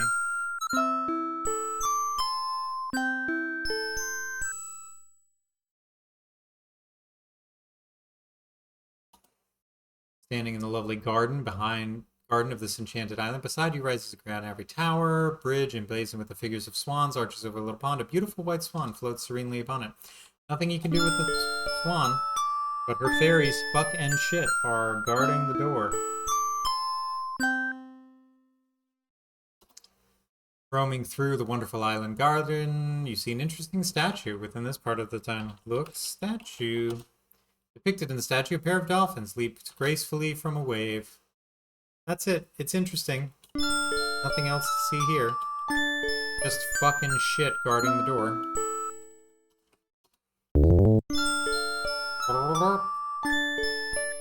You can't. The door is locked. Why would this door be locked? This is also the only place in the game where all of the stairways have beautiful railings. On the tower stairway. Who locks a door? Yeah, you're a fairy. Some magic, am I right? Janesta's bedchamber is very beautiful and serene. Janesta lies very still upon the seashell bed, her concerned fairy helpers hovering near, and her pet snow leopard lying close by. A white-spotted snow leopard lies on the floor of Janesta's bedchamber. It lies quite still, but for an occasional twitch of its tail. Janesta's constant companions are small fairies with fluttering wings and brightly colored gowns. They not utter a word. Fuck. You attempt to speak to the gravely ill Janesta. Her small fairy helpers mutter madly about trying to prevent you from disturbing her. Well, excuse me. Try to prevent me from disturbing her. Good luck. Where were you when the Lalot stole the necklace? Fluttering about worthlessly, not being able to do anything, I bet. That's it. That's all you can do on this island. There's been some remakes, including some very non-appropriate remakes of this game. One of them, which is The Breasts of Rosella, which is you just basically play the whole game topless. And there's some new dialogue options, new puzzles, and things like that, where you can explore the castle. With the exception of the gratuitous nudity, someone put in some funny things. But yeah, you walk around the whole game topless. Yeah, Pet Snow Leopard. Michael Jackson much? Hello!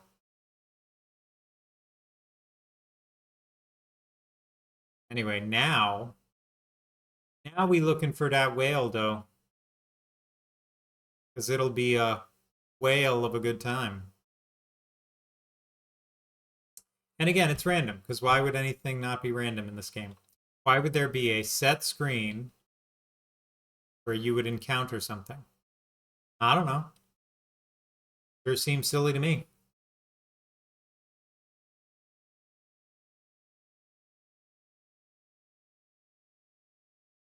I wonder if I fucked it by, whatchamacallit, by seeing the whale and not going to it. I don't know. Let's find out together. Rather obsessive fuck. Nope, never mind.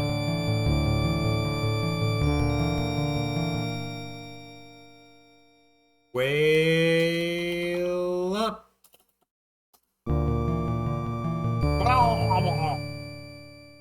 Oh, you've been swallowed by a huge whale. Phew, this place stinks.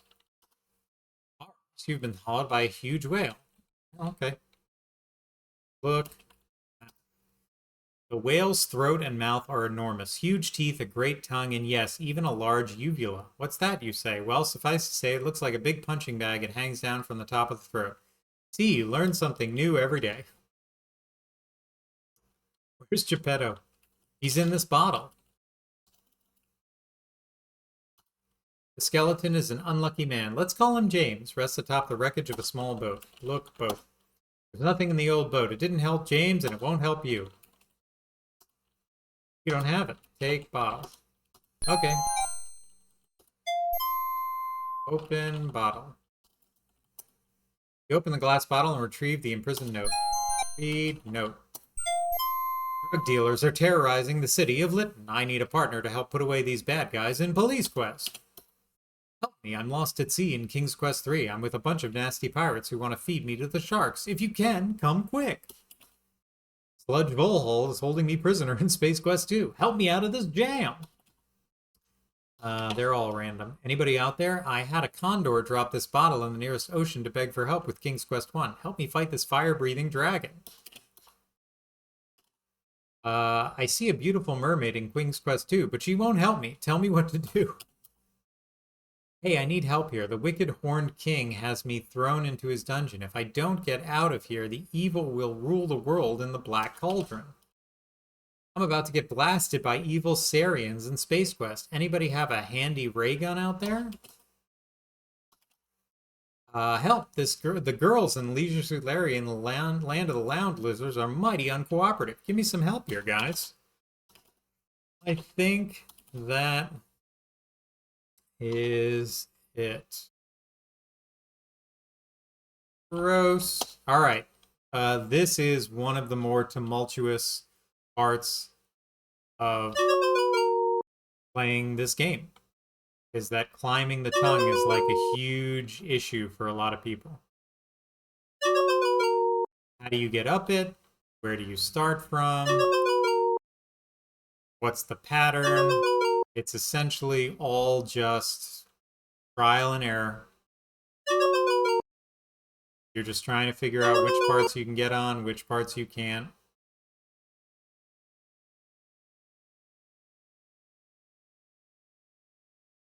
And even when you're up here, you're not really safe. If you stay in here long enough, it shouldn't take too long in game time, but let me show you.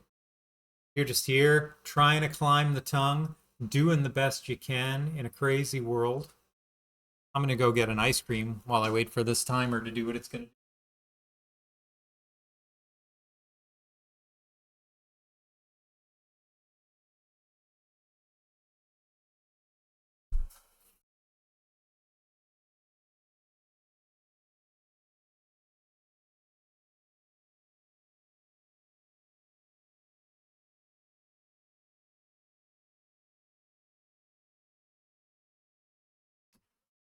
Of course, now that I made it up the tongue, now it's not going to do it, but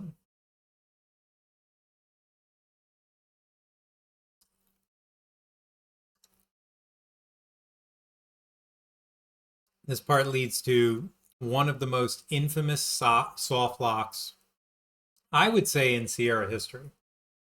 I don't think that's a bold statement.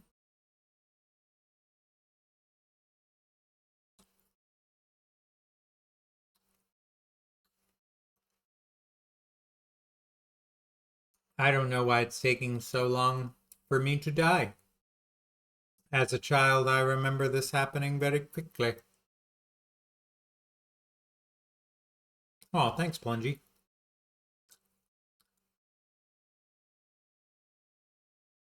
Also, Plunge. As you see, I've added the curtains to the Sierra Centennial. I'm now looking for some decoration on the bottom of the screen. I can't quite think of it. I might just go back to the Heroes of Might and Magic border. That seemed to suit me well. But I'm interested in your opinion. You have an idea or a proclivity or something that you think would look nice. I trust your opinion.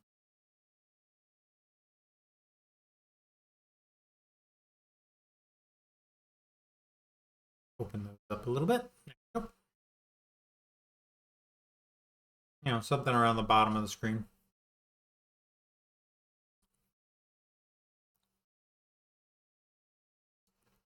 Maybe I can't die on top of the tongue.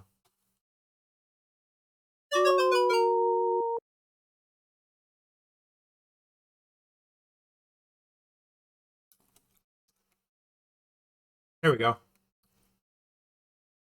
It looks like the noxious fumes have finally gotten to you, Rosella.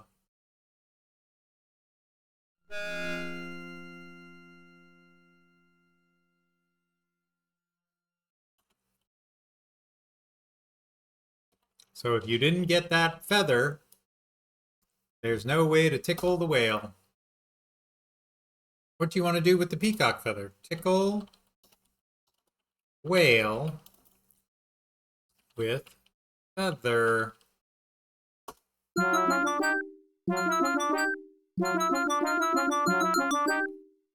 It's a very proud looking tickling sound, I must say.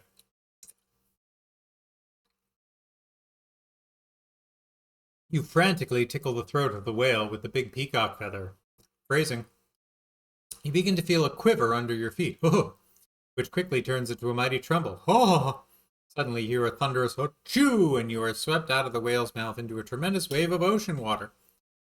Again, you find yourself swimming in the ocean. Oh, look, there's a little island there. Isn't that coincidence? Stage floor is nice. It's a good idea.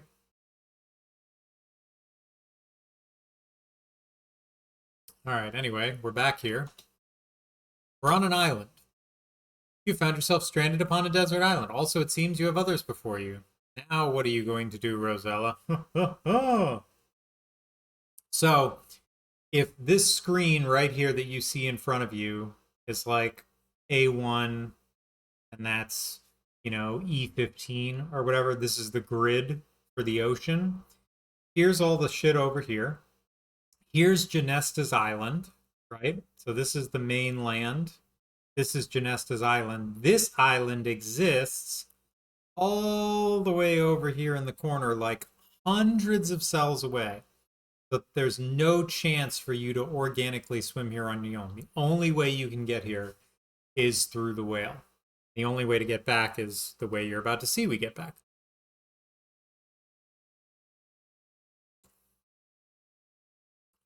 Ice cream, come here. Yum, yum, yum. Here, ice cream.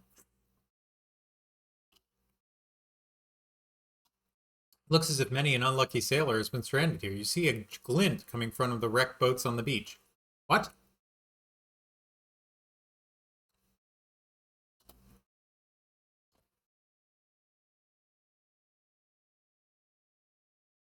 That wasn't before. Either that or they changed the game or finally patched or something. The notorious thing is that if you look at everything, there's no way for you to see where this thing that you need to get is coming from or where it's coming from.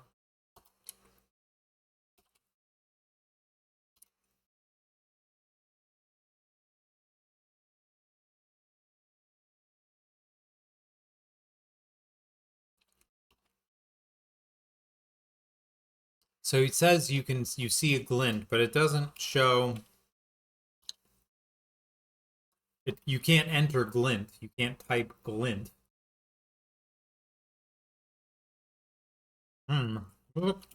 Bird.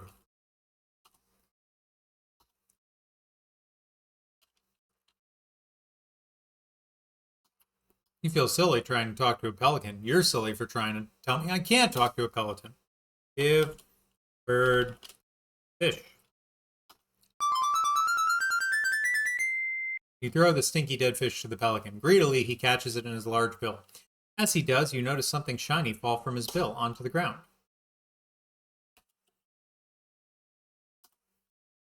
Ooh, a whistle.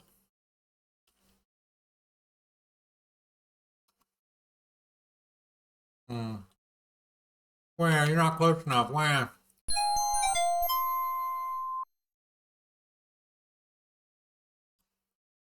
Now I could blow the whistle. Lord knows I'm good at blowing things. Hey-oh.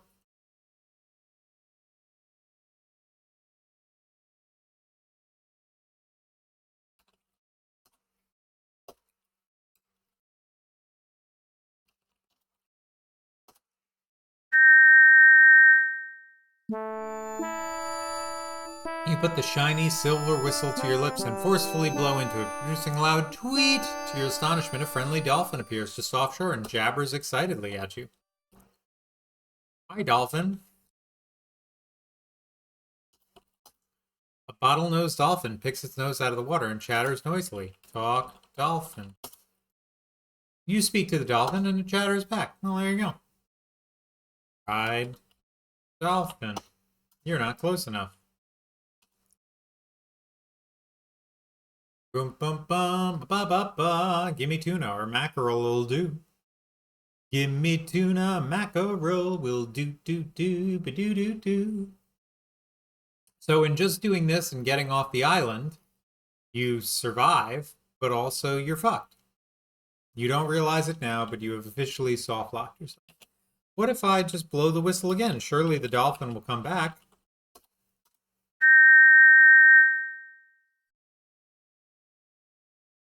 Willie, come back. Nope, the dolphin's gone. So, what is the glint? Look, glint. Doesn't understand glint. Look boat. A glint coming from one of the wrecked boats on the beach. Look down. See a glint coming from inside the boat. Look inside boat. Look glint. It says glint, but it doesn't understand glint. You have to look down. You look at the ground inside of the wreck boat. Why? What is this? Why it's a golden bridle? You pick it up and carry it with you. Why there's a golden bridle on a wrecked ship in an island of the middle of nowhere makes no sense. Yet here we are. Hey, there's a dolphin. Ride the dolphin. There you go. Bum. All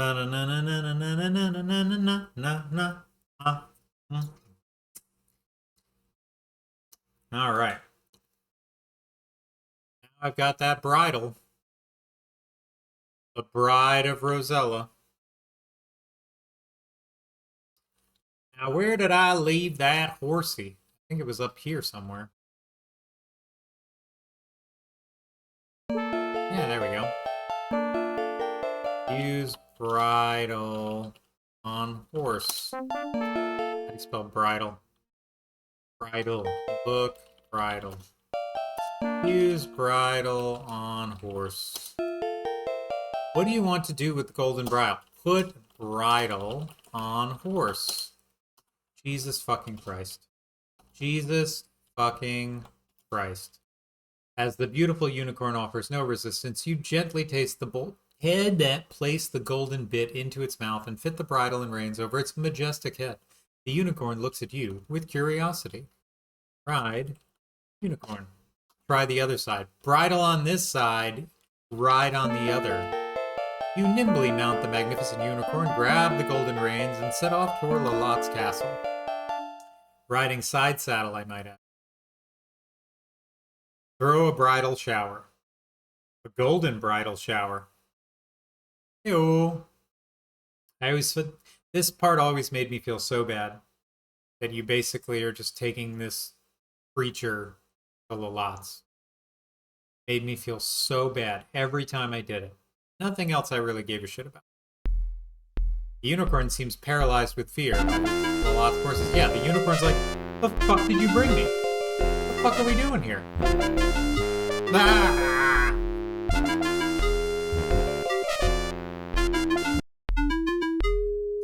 So, Lalotte says, I hear you were a good girl and brought me the unicorn. I almost convinced you might be innocent after all, but, she clears her throat, not quite. Of course. Uh-oh, this doesn't sound good, you think.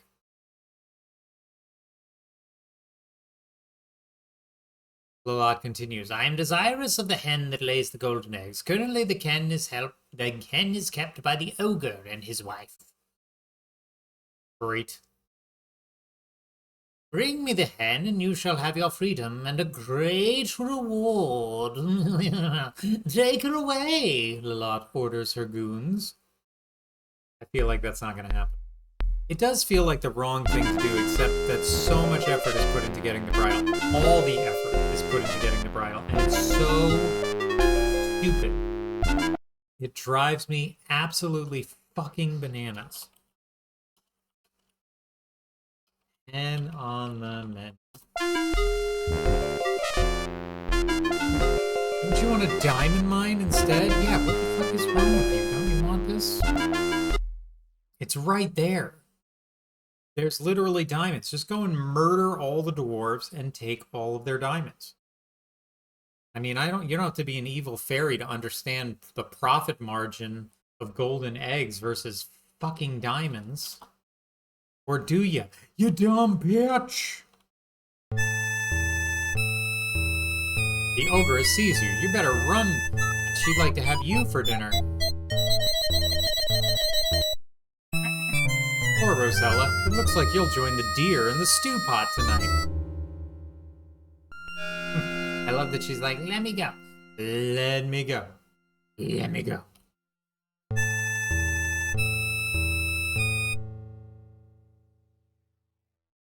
Instead, you just sort of run in and out of the screen. It's not a big deal.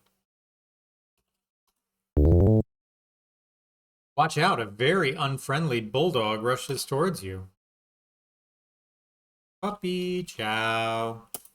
I'm sure it'll be fine. It's a big puppy. Burp. You weren't fast enough, Rosella. You were nothing but a bite-sized morsel for that big dog. Some dog. Throw bone at dog. Quickly, you toss the bone to the big dog, who catches it in midair. Happy with his surprise gift, he takes it to his favorite rug, lies down, and begins to gnaw on it. He leaves you alone. That's a big puppy. That's a big puppy. I know you just tried to eat me, but you're a good puppy. Don't forget to go up here. Why? Because you have entered the ogre's upstairs bedroom, where the huge bed dominates the place. On the left wall, you notice a closed door. Against the right wall leans the ogre's axe. Take axe. Fuck you. Tell Bulldog about the opening for Cameo and Royal Classic card games. Yeah, exactly. Best part about Sierra games, entering other people's homes and taking their stuff. Hell yeah. This is no incredible machine, but I'll stick around and watch for a bit. Did I not change it in the description? I thought I did. Also, welcome in Vita Reale. I did change it. You're just jazzing me, Invita. Yeah, title and game are set okay. Invita's just dogging me, yo. Why you dogging me, man? I'm just trying to play Sierra games up in here. You can't. The door is locked. Use axe on door. You want to do with the axe? Chop up door with axe. You have better things to do than that. That's debatable. Don't tell me what to do with my time. All right, so you have the axe. You need to get the chicken. I don't see no chicken. Where that chicken? I said, where that chicken? Look. This isn't the most cozy looking living room you've ever seen. In fact, ogres' houses look almost frightening. Look, wall. I mean, there's a wolf head on the wall. It looks a little important. You smell something horrible cooking on the stove in the ogre's kitchen. As a matter of fact, you get the feeling that this is not a safe place to be. Yeah, good feeling. Open door. Look. Look. You have found yourself inside the ogre's small closet. For a closet, it's surprisingly empty. You notice a large keyhole under the doorknob of a closet door. Look. Keyhole.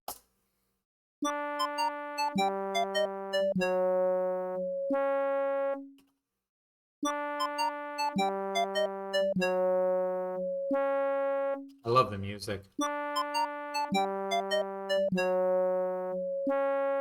By the way, a beautifully drawn keyhole.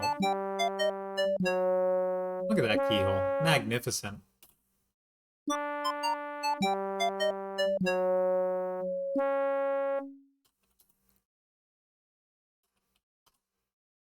He wouldn't like it, and neither would you. We don't know that. You're making an assumption.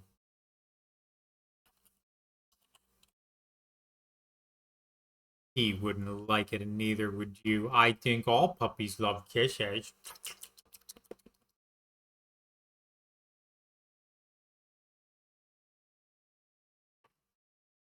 Just sitting here waiting. Waiting for the game's internal timer to go off. Aha! The ogre roars, fee, fi, fo, fum, I smell the blood of a... Oh. Oh. Right, you old goat, interrupts the ogress. That's just the deer you smell. You know how you get when you're hungry? Here, eat. I love that the wife is like, shut the fuck up.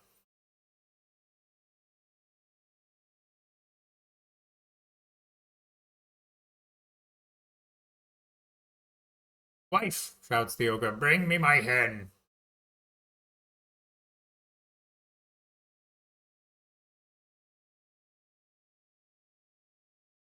quack. Lay, orders the ogre. With excitement, you watch the hen lay a golden egg, which the ogre takes. He yawns, then falls asleep on the table. Soon his snoring rattles the walls. I don't know, it looks okay. I think they should have let more plebs work on it. More plebs. More plebs needed. We need more plebs. See the ogre sleeping at the table. You had better be real quiet. If you go in here, nothing good happens. Hey, what's up? What you cooking? The ogre sees you. You better run as if she'd like to have you for dinner. Looks like you'll join the... I wanted to see if she would throw me in the pot if she caught me in there. I guess not. I guess not on the pot. Take hen. You're not close enough. Fucking take the hen. There we go. So this is fun. I don't know what he does if he catches you in the house, but I know it's not great. That is a very big hen. That's right. Open door. Squawk, squawk. Oh no, the hen has woken the ogre. Run, bitch! I made it. Nope, I didn't. Oh no, you're caught. The terrible ogre grabs you by the braids and drags you off to an untimely end. Same thing as always. Just seeing if there was any different language. Had the hen with you. Squawk, squawk! Run, bitch! Aha! I've gone 14 feet away. You'll never catch me here. Alright, so now I have the hen, but before we do that, let's get a little house cleaning out of the way, shall we? Obsessive wants to take care of something first. I always like to do this. Hentai. I see what you did there, Slug. I see what you did there. Now's the time where I like to take care of this little nonsense. So we use the crown. What do you want to do with it? What the fuck do you think I want to do with it? Put it on my head. On head. What else are you going to use with a small crown? Idiots. Oh, what do you want to use the crown for? Fucking numbskulls. Ah! The troll is right there. Anyway, it's random. Again. It's totally random. Where the troll is, where he spawns. Give it a second. Cave fun. And by the way, it's this way and on the way back, so there's no guarantee of... Oh, see, you're fucked.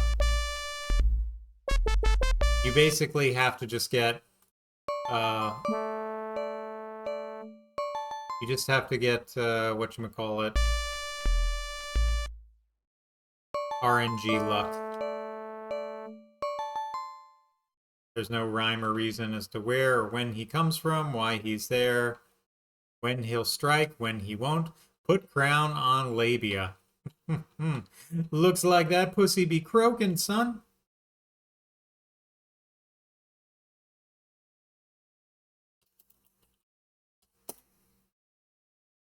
Sorry, I gotta let everyone see your message. Put... Oh, I can't type anything. Hold on. Put crown on labia. The game does not understand labia.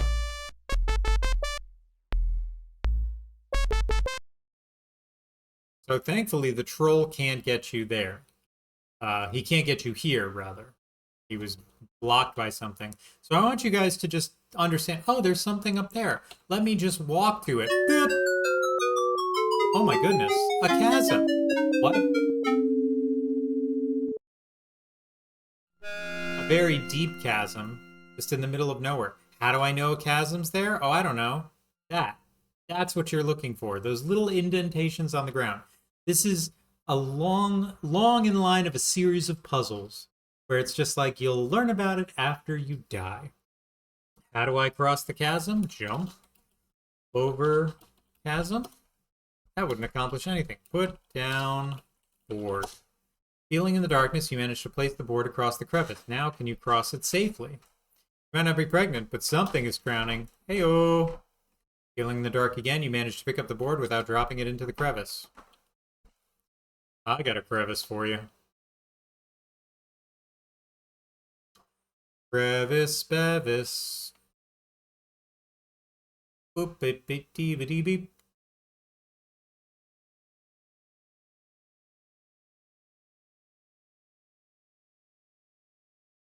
What do we got going on here? From here, a huge muddy swamp spreads eastward. Large moss-covered swamp trees tower overhead, while grass tufts and reedy plants poke up from the mire. You can hear the many chirpings and croakings of unseen swamp creatures. Well,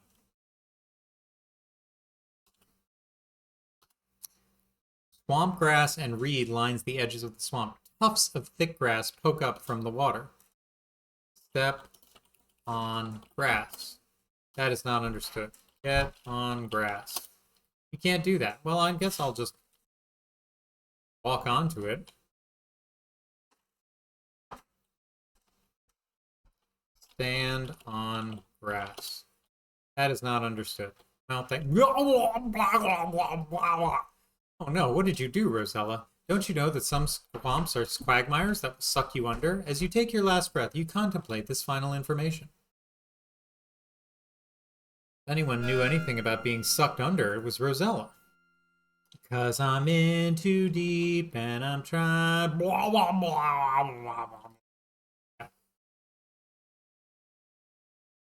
Yeah, you know every musical instrument in the world, Rosella, but you don't know about swamp etiquette? Come on. So the only thing to do is jump on the grass. Not from here. Boink. That's it. Makes no sense. There's no reason why it's jump instead of step, but here we go. We jumping, jumping, jumping, jumping. Hope you like jumping too. It's very tough to get across that swamp, let me tell you. We jumping. Small island in the middle of a huge swamp. Upon this island grows a scrawny little tree. A large glistening fruit hangs from a small branch. Unfortunately, a huge cobra protects it. Look, cobra. A huge cobra protects a small tree that bears the wonderful fruit. The fruit that your father's life depends on. Papa. Oh, didn't quite make it. Oh no.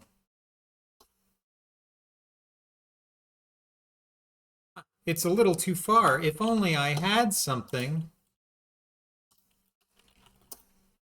Oh, how about that? If only I had something like a board. Talk to cobra. Cobras don't usually talk. Hit cobra. Besides, the cobra's too big. Kiss cobra. That is not a good idea. Put crown on cobra. Wouldn't be a good idea right now. Wear crown. That wouldn't be a good idea right now. Well, you know, shoot cobra with bow. Oops, you missed. I mean, you're good at everything, Rosella, but with this bow, you're absolutely fucking worthless. Throw rock at cobra. That wouldn't accomplish anything. Throw ball at cobra. The snake would not be affected by that. Throw lantern at cobra. The snake would not be affected like that. Give hen to cobra. Snake does not require anything from you. Hit cobra with axe. Couldn't get close enough. Besides, this cobra's too big for an axe. What do you have to do? You have to play the flute.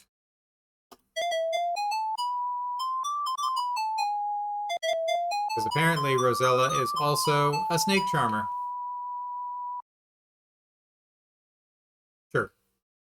Nervously, you raise the flute to your mouth and begin to play a melodic tune to the big cobra, who begins to sway with the music. Soon the snake is mesmerized by it and falls into a hypnotic trance. Take fruit! Okay.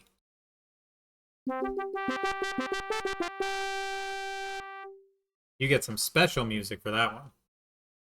That's some like, you did good, Rosella music. The tree guardian is really a pain in the ass Don't worry. We're going to get there, Mind Slug. Don't worry. We're going to get there. By the way, what happens if you get too close to the cobra? Ah, snip. Ah, he gotcha. You die a painful death of snake poisoning. Well, that was easy.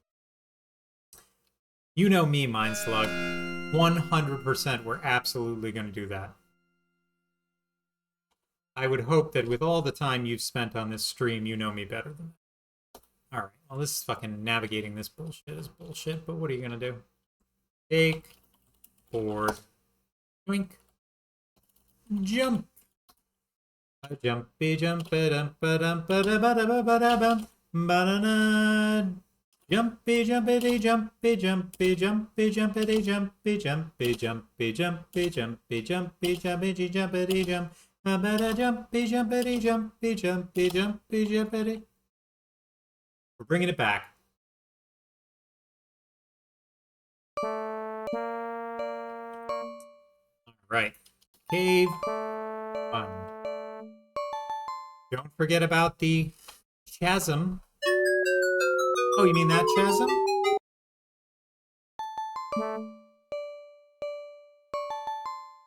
Even with the cave picture, like, her face is so stupid. Put down board. You're not close enough. How about now? Feeling in the dark, you manage to place the board across the crevice. Now can you cross it safely? Feeling in the dark, you pick up the board. I did it! Now we just have to get some RNG to avoid the troll and we'll be all set. So far, so good.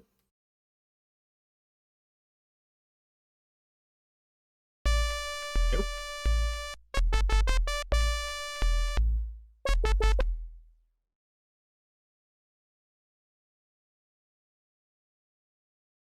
Rosella feels a strange pulling sensation. Where did all my clothes go? Maybe you were talking about something else.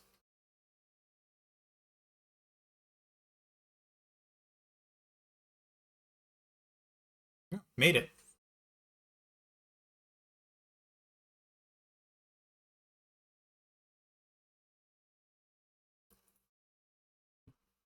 All right, that's nice.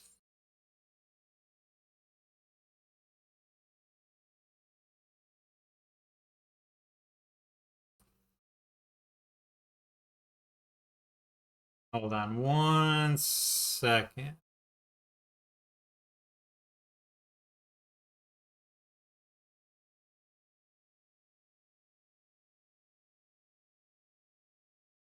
Have to get my child a password.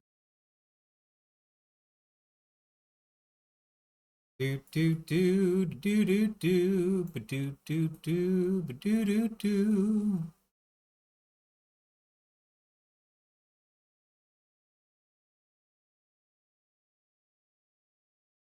I wonder if it's under Sony. Weird that it's not on here. There it is.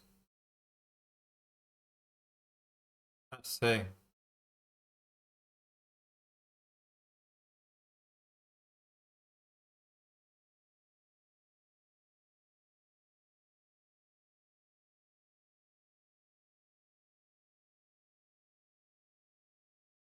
Let me not say this out loud as I'm writing it to tell the whole world what my password is.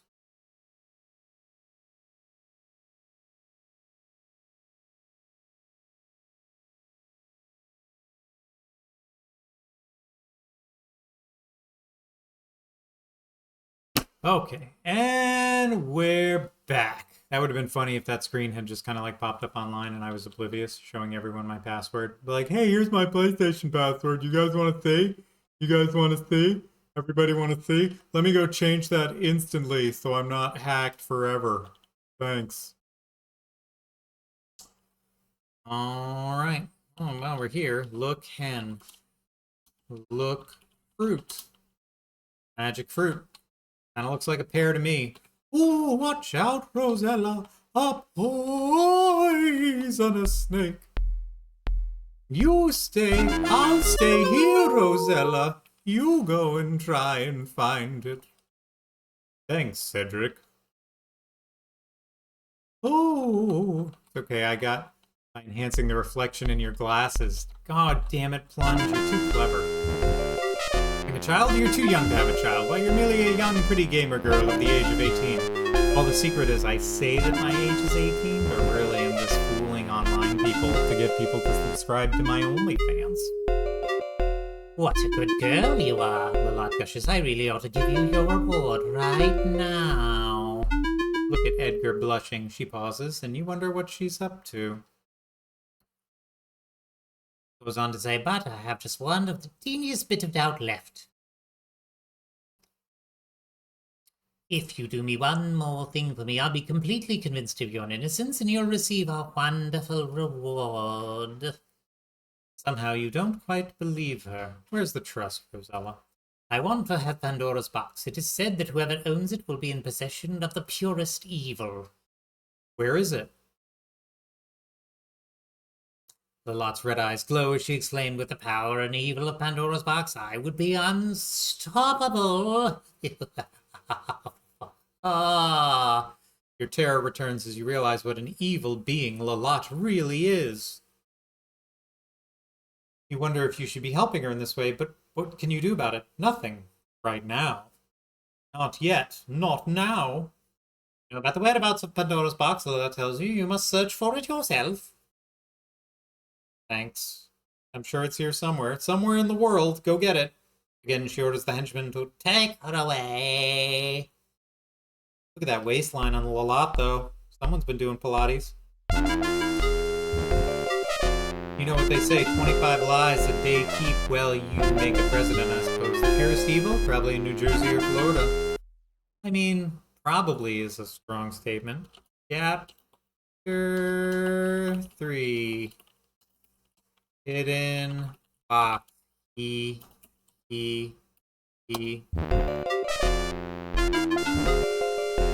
Where's that box? You can become the most evil adventurer. Pandora the Explorer. You know, you were like 1 second faster than I was on that. That's so fucking good. I hate you. Fuck, that's good. Damn it. Alright, so what are we gonna do with these trees? I'll tell you what. Chop down tree with axe. The trees tremble at your might and are frightened by your axe. They will not bother you further. I like how they tremble at me doing this, basically. Like, they couldn't grab me with one of their little tree limbs before I was able to very, very, very, very badly hit them with. Come on. Anyway. This way. Hey, what do we got going on here? This looks familiar. A cave bearing a slight resemblance to a skull juts out from the craggy mountainside. Huge rocks block your exit to the north. You're completely surrounded by those grabby trees. Nice situation, huh? Yep. This is some bullshit.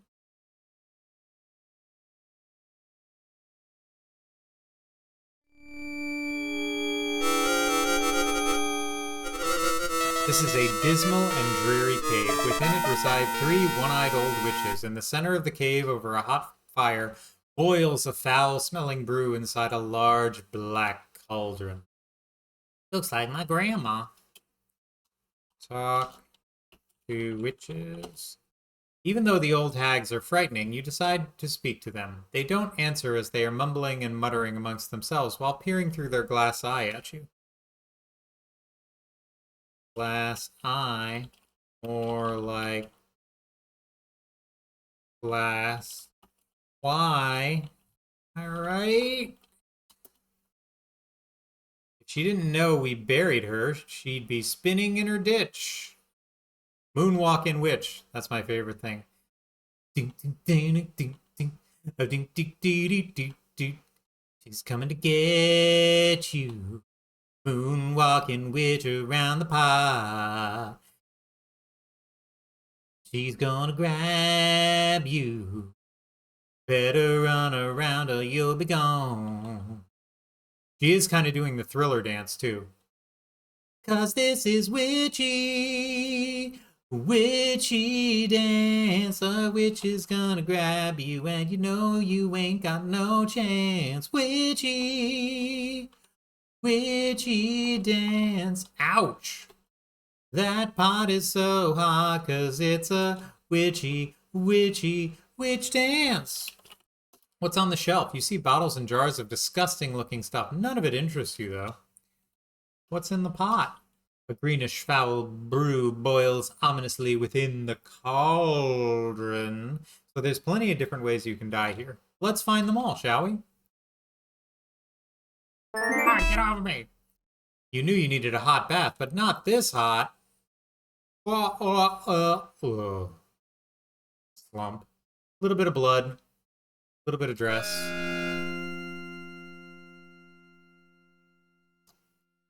Cause this is Thriller. That skull has a blinking eye. They shiver at the sight of a human skull on the shelf. Now, if you get too close to these two, I thought they grab you. That's odd. Did they change that? It used to be you couldn't get too close to these two because they would grab you. Oh, watch out, too late. Yep, they do grab you. There you go. Alright, so what do you need to do? You need to take the eye. But you're not close enough. Alright, well, let me get close enough then.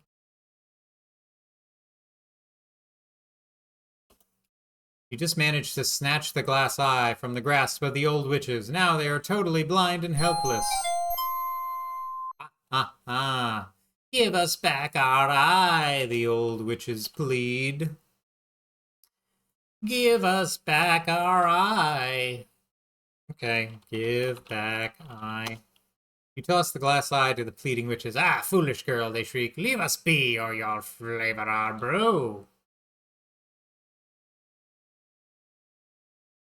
Oh, see? Thanks for clipping that, Mind Slug. So that's the second way to die. But if you take the eye and say, see ya, I wonder if you can drop the eye. You can't do that now. But I wanna.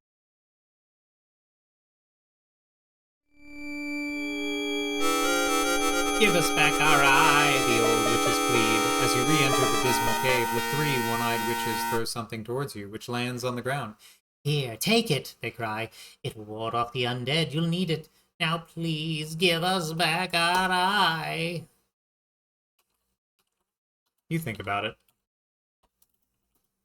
See a black scarab on the ground. So the problem with this scarab is I don't know if I can drop it or not. I want to show you guys what happens if you don't have the scarab at nighttime.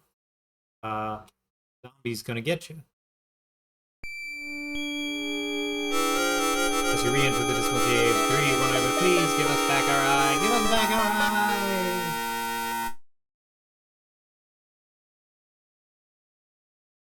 I don't want to wait for night. Night should be falling very soon. Yeah, I don't think I can drop the scarab either, so I want to just sort of show you guys what happens at nighttime if you don't have it. Because it ain't pretty. Time is 11:50 a.m. Well, it ain't going to be night anytime soon. Unfortunately, getting the scarab is the thing. Look at that. Look at this booty. This tree, I never noticed it. Check out that tree booty. Someone's been doing their deadlifts. Okay. Well, that's a shame. I would have really liked to have shown you how to, points for giving it back. They are literally evil and will probably lead to the death of others. Because you're a good person. That's why. Because good people do stupid things. That's the lesson all these games teach us.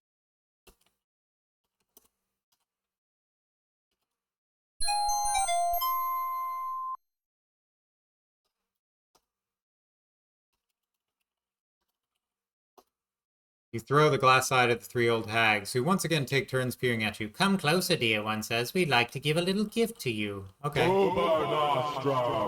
What's the gift? Too late. Oh, God. So there you go. It's all the same kind of death, but we'd like to give you a little gift. Did I throw the eye back? I did not.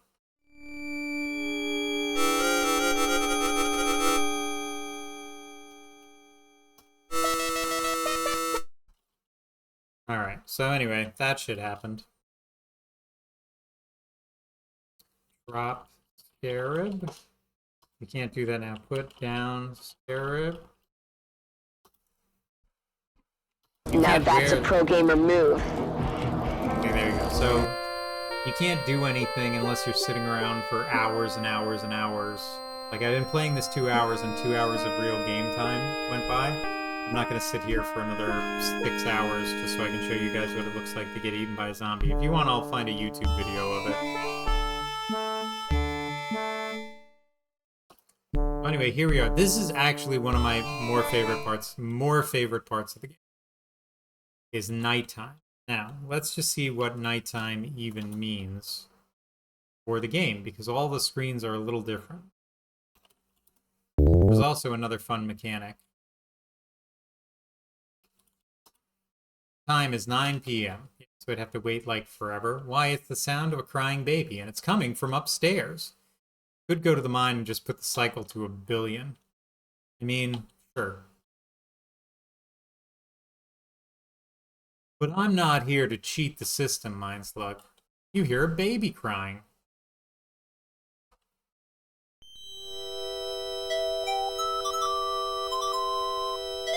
The crying baby seems to be in here.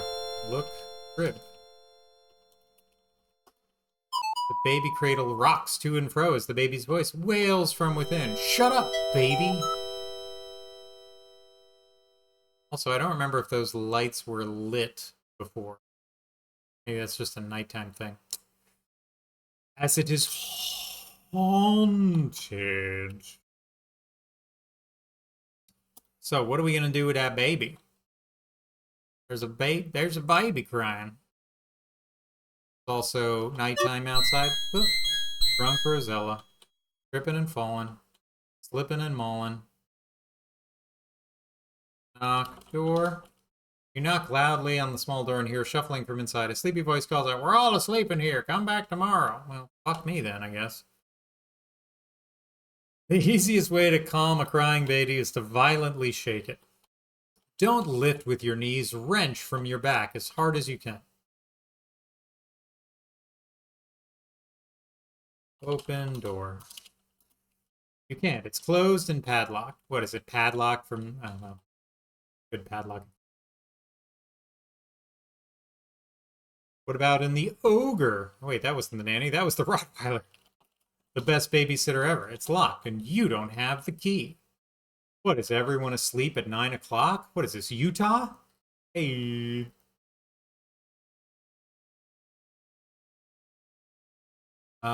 So aside from everything being closed and nothing being out, which is fine unless you're trying to grab the loot and thing from Pan, you have a pretty night sky. The lights are on at the fisherman's house. Knock door. You knock loudly on the shanty door from inside. You know what time it is? Go wait. Yeah, it's 9 p.m. What the fuck is wrong with everybody? Anyway, I just want to show you this one piece. So, when you go into the ocean at night, remember her house is like 2 things away. So you just go swimming over here. It doesn't matter where you are in the world. You instantly become lost at sea when you swim at night. So you can go one left and then one right, but you won't go back to the dock. Swimming in the dark immediately disorients and kills you. One hit kill, bro. So anyway, we got a baby. Y'all hear that crying baby? That's crazy, right? What are we gonna do with that crying baby? This rundown, gloomy cemetery gives you the creeps. Many of the old tombstones have fallen over. The entire place is overgrown with grass and weeds.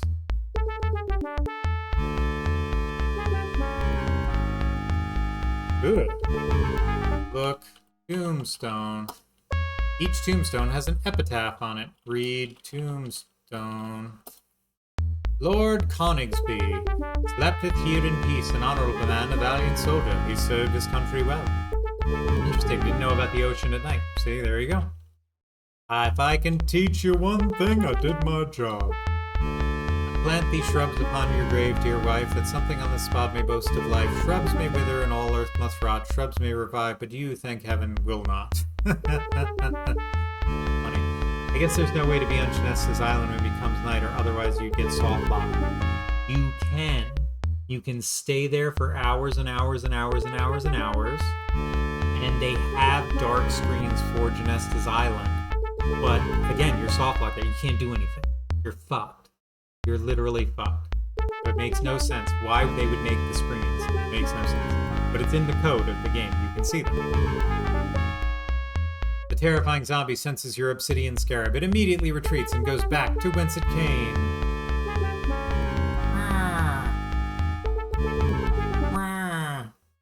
Take that, fuckers. Corpse. Here lies Newberry Will. His life was finished 'cause he took ill, but none'll miss him. He should have been wiser. 'Tis his own fault for being such a miser. That looks more like a rock than anything else. Here lies the body of Mary Ann Louder. She burst while drinking a Sideliz powder. Called from this world to her heavenly rest, she should have waited until it effervesced. Dr. I lets them. When people's ill, they come to I physics bleeds and sweats them. Sometimes they live, sometimes they die, but what's that to I lets them. Beneath the stone, a lump of clay, lies Uncle Peter Daniels, who early in the month of May took off his winter flannels. Okay. To the ever-loving memory of Hiram Bennett, baby son of Edward and Sarah Bennett, who by sudden surprise fell asleep the 11th day of November, 1553, aged 6 months. That sounds like a baby to me. Dig with shovel. Not here. What do you mean not here? Fucking right here, motherfucker. Dig. Here lies obsessive repulsive. He had a long beard and was quite impulsive. The good news is he's dead. The bad news is he bred. That might be one of the best things I've ever heard in my life. You carefully dig a small hole at the poor baby's grave. What's this? You have uncovered a silver baby rattle. Ah, grave robbing. I'll tell you what, the Grahams really know how to act very, very nicely. They're like, you know what? We adventure professionally. Anyway, this is my favorite part of the game. Yeah, no, I hear the baby crying. Thank you, game. What's that? It's a baby.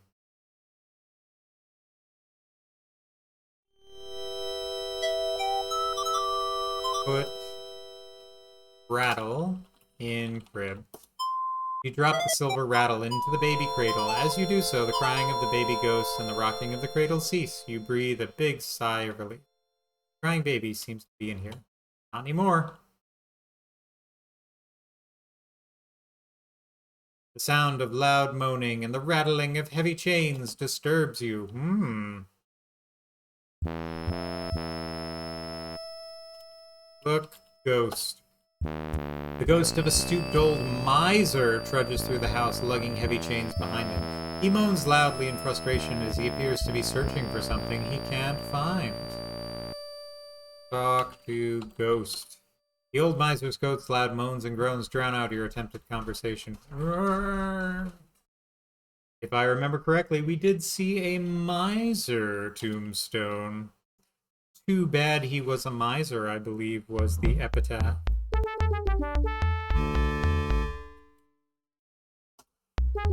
Newberry Will, his life was finished because he took ill, but none'll miss him. He should have been wiser. 'Tis his own fault for being such a miser. Dig.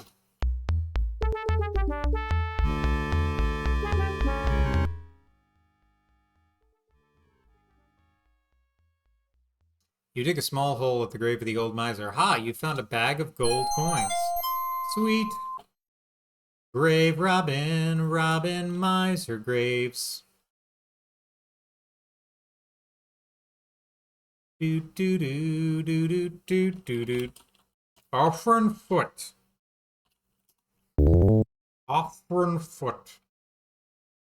Come here, you old bag of bones. Where are you? From downstairs. I am downstairs.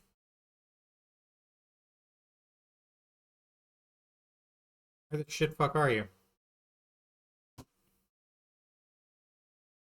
There you go. Give coins to Miser. You offer the bag of gold coins to the old miser ghost. He greedily snatches it from your hands and then promptly disappears. Oh, fuck you too then. The sound of sorrowful weeping floats down from upstairs. Oh.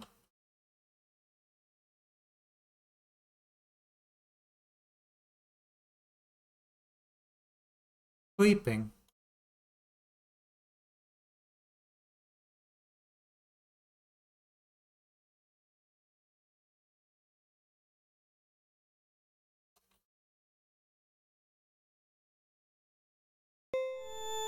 Oh, there we go. You see the sad ghost of a beautiful young woman. She sits in her rocking chair and weeps as if her heart will break. Rock. Ghost. You try to comfort the lady ghost, but she doesn't respond. It seems that if she doesn't even know you're here, she continues her deep sobbing. Oh. Wonder if there's any way to give her a bag of diamonds. Here, take this magic fruit and shut the fuck up. Oh, thank you. My ectoplasmic, needs have been satisfied. I don't remember what she is. Widow, maybe? Let's see. Read Tombstone. Read Tombstone. Here lieth the body of Betty Cowden, who would live longer, but she couldn't. Sorrow and grief made her decay when she lost her lover at sea one day. I think this might be her.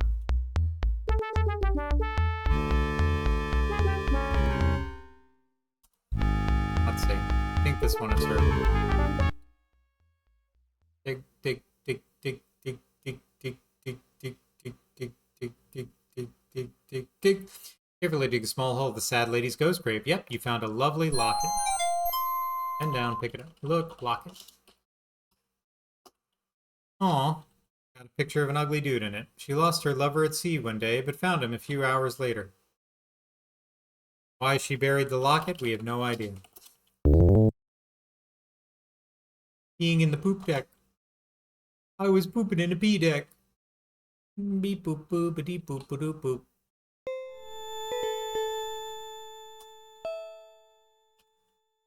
God, how much closer do I need to be? You hand the lovely locket to the distraught ghost. The locket seems to make her very happy as she vanishes into thin air.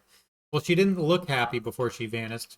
Her head was still in her hands. What was that? Loud wailing sounds coming from downstairs. Oh. The sound of anguished wailing reaches you.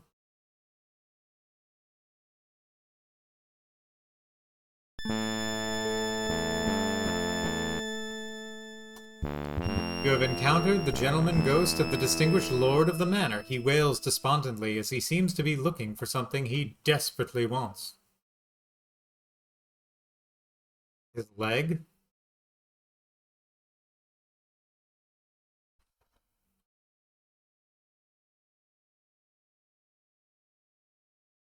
Read Tombstone.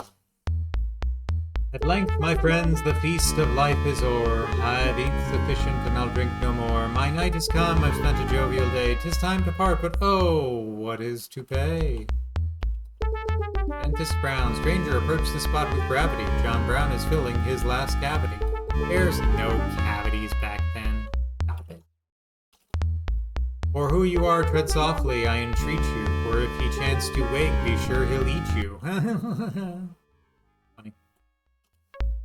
Rebecca Freeland, she drank a good ale, good punch and wine, and lived to the age of 99. We should all be so lucky and so wise.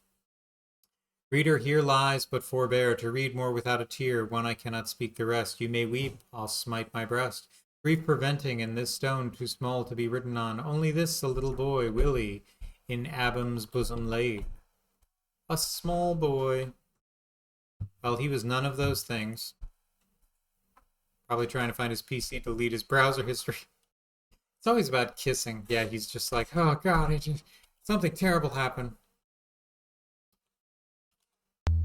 Lord Coningsby, sleepeth here in peace, an honorable man, a valiant soldier. He served his country well. I think this is him. The Lord of the Manor, right? Let's see.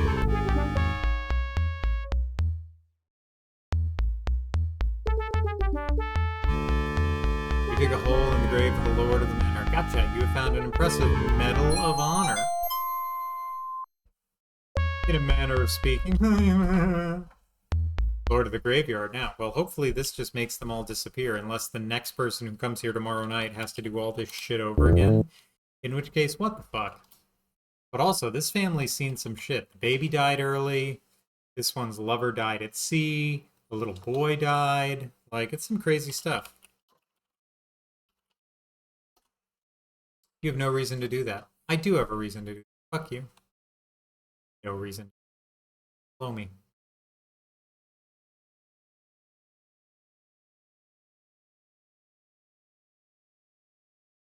Where you at, Lord? There he is. You offer the Medal of Honor to the Wailing Ghost. He takes it from your hands with great reverence. Satisfied, he vanishes into thin air. See you, buddy.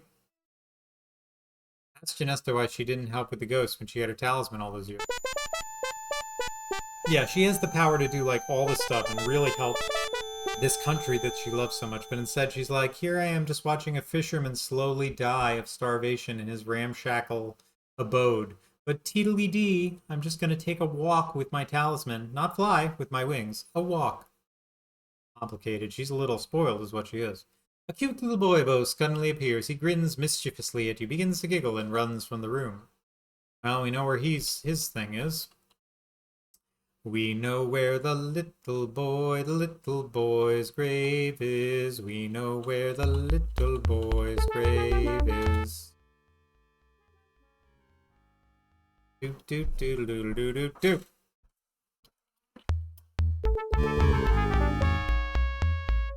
Yeah.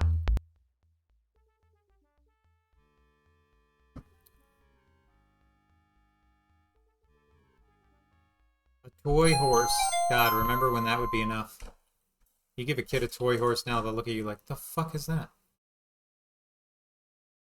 He's like, please help me. I have a castle on an island surrounded by sharks. Let's get you out of these clothes. There's some fruit somewhere. I'm gonna go die now. See you in 24 hours. I mean, look, it's a complicated thing. She's basically hopping around magic mirrors all over the world, finding the one person desperate enough to be teleported without any questions asked. Get Rosella climbing a ladder. Such a trooper. That boy's very animated. The little boy ghost laughs and refuses to budge from his seat on top of the chest. He might help if he had a toy to play with. Talk, boy. But he only giggles. Give horse. Oh, look at that. He's very cute. You give the toy horse to the little boy ghost in hopes that he will vanish like the others before him. For a moment, you fear that he will not, as he takes his time to examine it carefully. Suddenly, he grins at you, and in a twinkling, disappears. Open trunk. Look in trunk. You peek into the open chest, and you find an old set of sheet music. You take the sheet music and carry it with you. Makes no sense. All of this for some sheet music. Can I fall down? No, I thought I could fall down. That's a shame. Oh, there we go. I was about to say, I thought I could fall down. They really spent a lot of time making sure that Rosella's splat was very effective. Slap ghost with toy horse. You like toys, huh? You like toys, huh? Don't you, motherfucker? So again, you could do all this stuff, and you have sheet music, and you're like, well, where do I play with sheet music? So if you didn't discover where this secret thing was, you'd be sheet out of luck. See what I did there? Lady fall down the hole. It's funny when people fall. Imagine living next to a diamond mine, an ogre, a haunted forest, a witch's coven, and a tomb of pure evil, containing barely any hope. And you're like, don't worry, baby. I caught a fish today. And she's like, what? A whole fish? Yup. So are we going to be able to eat that or no? Well, I have to sell this because I'm paying a lot or else she'll murder us. But yeah, one whole fish. I did it, honey.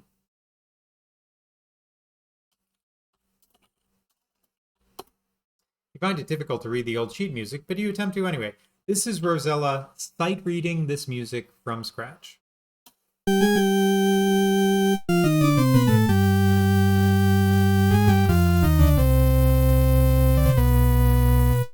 Not bad.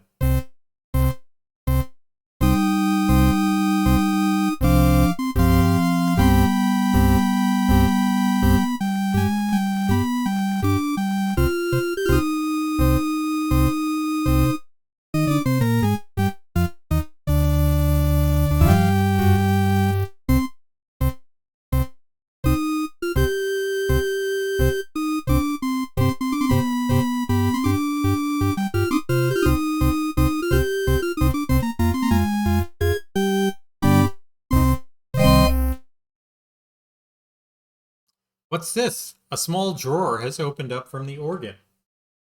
My organ was definitely opened up. Look, drawer. Take key. Look, key. It's a skeleton key for skeletons.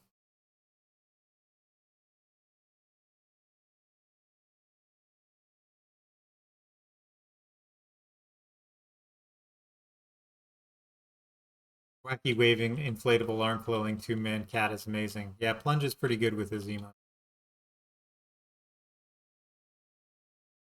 Wacky waving inflatable arm flailing tube man. Wacky waving inflatable arm flailing tube man. Wacky waving inflatable arm flailing tube man. This is also the part that I didn't understand. So you come here, you got the key. You're pretty sure the key opens the very secret crypt here, because why wouldn't it, right?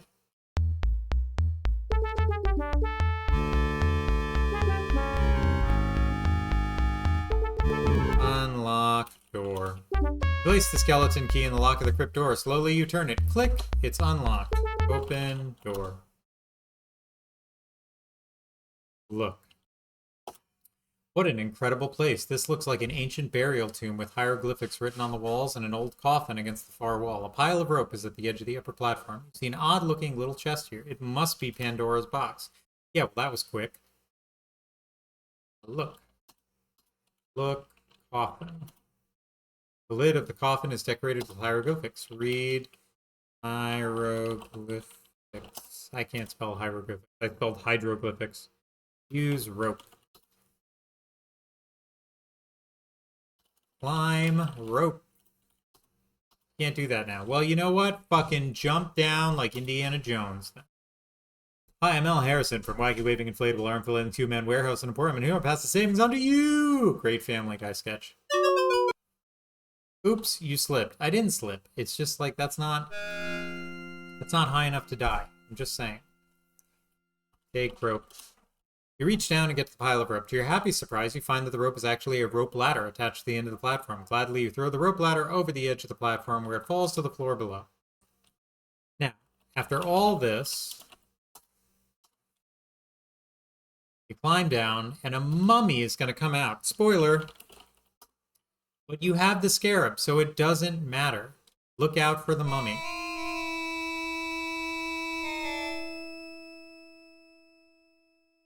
No puzzle. Nothing different. Oh, here's a mummy coming to kill you. Like, well, good thing you have the thing that worked on all the little basic-ass bitch zombies that were in the graveyard. Stupid. Anyway, of course we're going to open the box.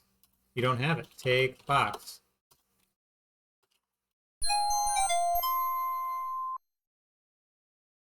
Mommy, you're not Valenice. Oh, wait, right. Bye. I think it's to check to see if you actually have the scarab in case the zombie pathfinding gets screwed. So, at least from what I understand, once my brother soft-locked because he didn't realize you had to get the scarab, but there's a zombie right by the door of the house, so you can't even get in and out of the house without a zombie grabbing you. It's very odd. But yeah, it's tough to think like, wow, if the pathfinding got so screwed or you were able to lock a zombie behind a tree long enough to dig into a grave to actually get the stuff, yeah, the mummy is like the last line of defense. That's kind of funny. Anyway, let's ruin the world.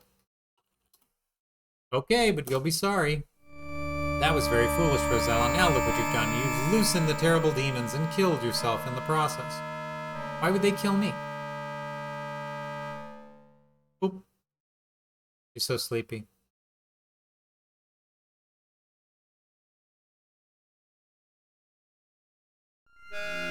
Next time, be more careful. I was careful. I just wanted to unleash evil upon the world. What's the big deal?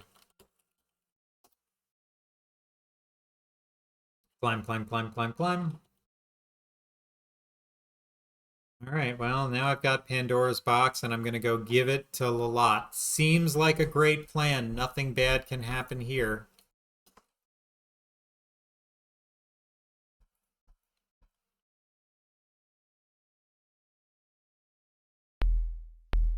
Uh-oh, Lalat's goons. Flying monkeys that aren't monkeys, but it's okay.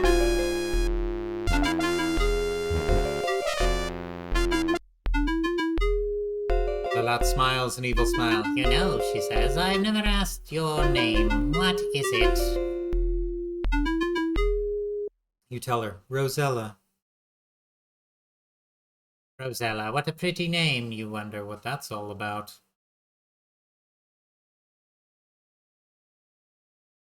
You find out soon enough. Well, Rosella, Lalat grins ominously, you've earned your reward. Yeah.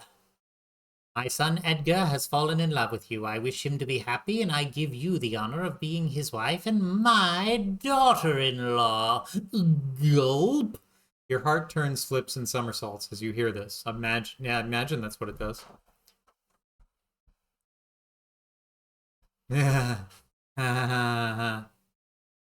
Imagine how fucking ugly this dude has to be. This poor guy. You'll be married first thing in the morning, she informs you.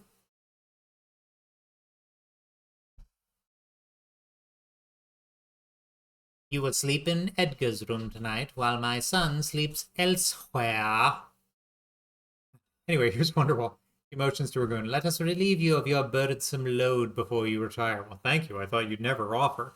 Oh, you mean my stuff. Got it. You are so shocked by this tragic turn of events, you hardly notice your possessions being taken away. No, not my skeleton key. Oh, no. You are goons, Lalat orders. Escort our Rosella to her room. Well, what a day. You think to yourself, now what? Chapter 4, Love is in the air. Love is in the air. Normally, this is Edgar's tower bedroom. Actually, for being in such an awful castle, it looks quite comfortable, but you're in no mood to care. Open drawer. It's private. Fucking I'm a prisoner, goddammit. Look under bed. Climb out window. It's difficult to climb while wearing that dress. Well, take off the dress. Not in front of the game players. I don't want to die.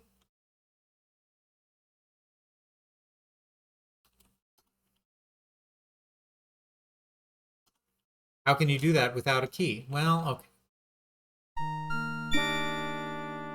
You hear something at the door.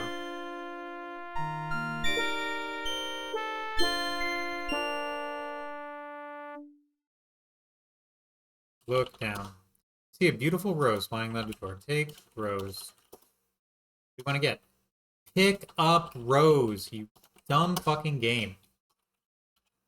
What's this? Why, a beautiful red rose has been pushed under the door. You pick it up and carry it with you. What a beautiful red rose. Why, there's a little gold key attached to this rose. Take key. Remove the little gold key from the red rose. Unlock door. Well, where am I that I'm not close enough? Open door. Alright, now we've got some doormancy going on. Kind of harsh calling Edgar something. You don't find any Monty Python hand grenade in there. Not yet. Yeah, it's the whole Edgar thing is very odd to me, and we'll get into that sort of at the end of the game. Not that way. I love how the guard's like... Stop! My penis can only get so erect. The guard's like, nothing to see here. There's some sweetness to it, but there's also some very, like, weird... There's something weird going on. I found a way to justify it in my head so it's not super gross. Damn it! It never gets any easier! You can tell this castle of evil fairy because there aren't railings on the stairs, unlike Genesta's castle, which is the good fairy castle. Exactly. So if you get too close to these guards...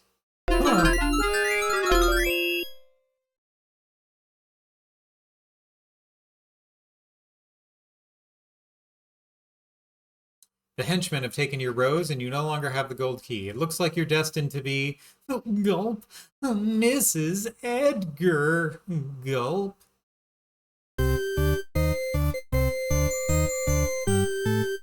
It's a pretty banging wedding dress, I was gonna say.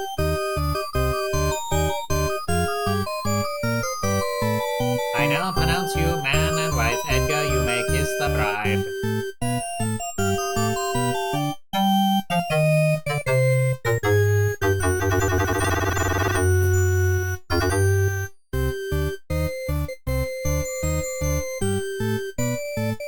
Fainting isn't going to help, Rosella. There's no getting out of this one. You're stuck being Mrs. Edgar for the rest of your life. So I always misinterpreted or misread that when I was a kid. I thought that she died of embarrassment. Not to mention having good old Lalot for a mother-in-law. Good luck. You're gonna need it. Also, Genesta died. And your dad died too. So other than that, everything's going great. You did it. Good game. That's King's Quest IV, everybody. You guys didn't know that was the ending?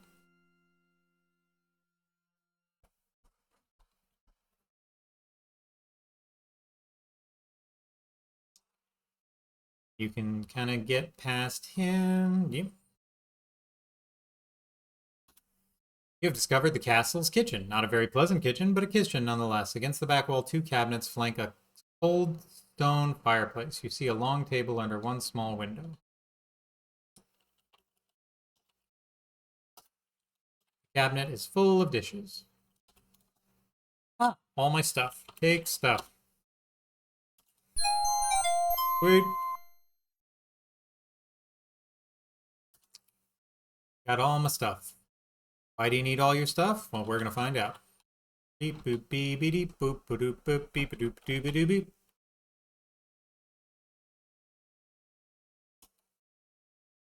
The door is locked. Unlock door. You don't have the key to unlock this door. Fuck.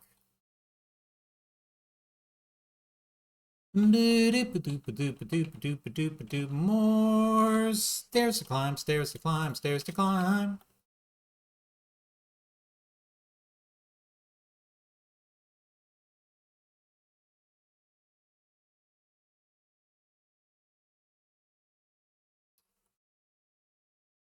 There's no way to get here. He's always going to be there, and he's always going to grab you. So you can't go that way. But what does that mean, Obsessive? Well, that means you got to go this way.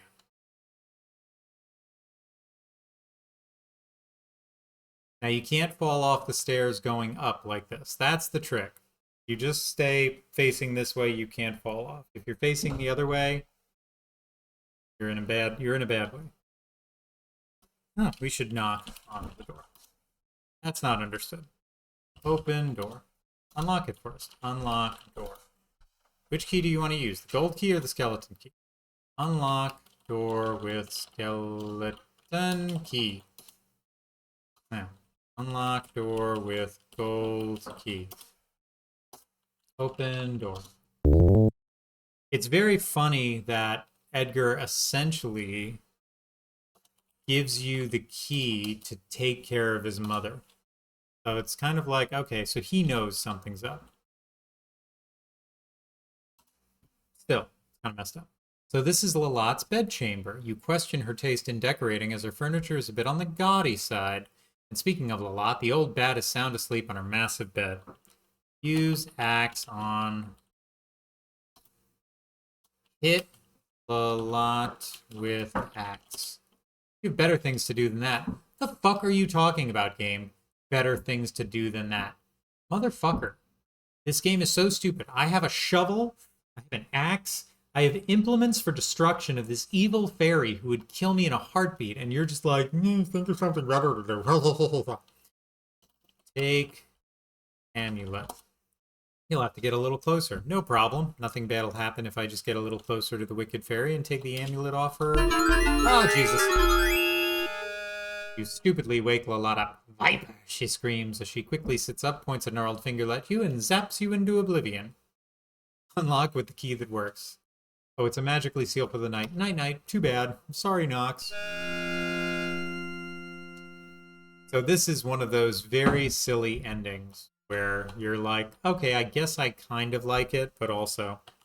No, that's not exactly there, dude. What the fuck is that? That's not okay, man. I'm fucking done. Everyone behind these cameras is fucking over. If you're in a hole dying, I won't be there. We were so close. We were so close to the end of the game. Need my emotional support piece of wood. You all right? Oh, okay. No, I need a second. I need a second. I need you to believe in yourself. Okay, yeah, I believe in myself. Isn't that better? Isn't that better? Don't you feel better? Don't you feel a lot better now? Don't you feel good? Don't you feel better? Do you feel better? So much better. Yeah. So much. Yeah. Do I look better? No, I'm afraid I just blew myself. These things happen. All right, shoot Lalat with the bow. It's a very silly ending, but it's very funny. The idea of filling her with unconditional love is something. Well, you'll see. You aim the golden arrow towards Lalat. You let go of the bowstring. Zing! A direct hit. Lalat sits straight up in bed, a look of agony upon her face. What did you do to me? She shrieks. I'm melting. No, wait, that's another story. Let's try again. It's very funny. I'm melting. Wait, no, wrong story. It hurts. It hurts. Stop the pain. Stop it. You cringe as you watch the evil fairy die a painful death. What happened, you wonder? How could Cupid's arrow have done that? You thought that those arrows were harmless and contained only love.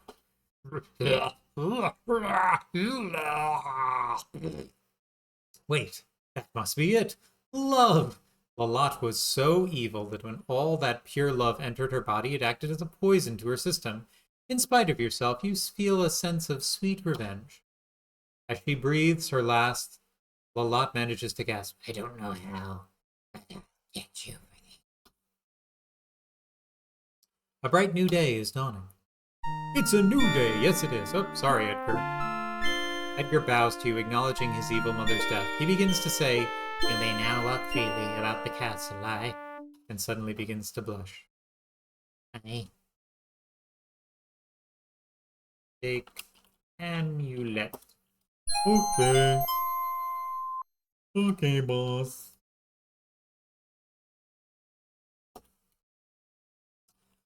Amulet. Nope, wrong way. You just won the game. Sorry, death. Taking my own advice, except the opposite, staying on the top end of the stairs. Just go in a diagonal. Now you can go in here, and they all bow to you, and it's very cute. Gravity, the true end boss of the game. That's funny.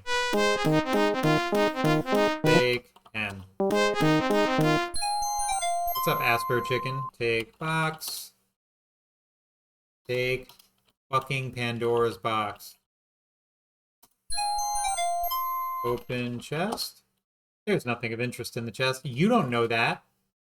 You don't know that. You're just saying that, but you don't know that shit. Don't tell me what is or isn't in the chest. Motherfucker. That's the prison. Don't need to go in there. I like how they keep bowing to me. It's very cute.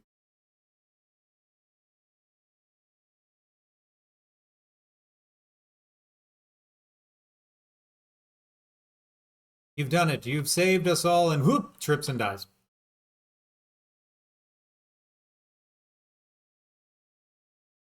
Look, throne. Currently, Lanat's ornate gilded throne is empty. That's it.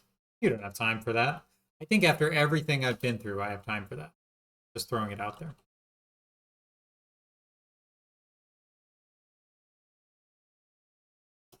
You have entered Lalat's stable, and it looks like an ordinary stable at that. The poor unicorn has been imprisoned here. Free unicorn. Just open the gate and let it go. Open the gate, then. Not close enough. As soon as you open the gate, the splendid wild unicorn impatiently leaves its hated prison. It quickly trots out the open stable door to freedom.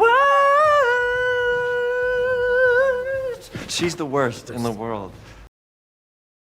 She is the worst in the world. Thank you, Don. You're absolutely right. Where's his bridle?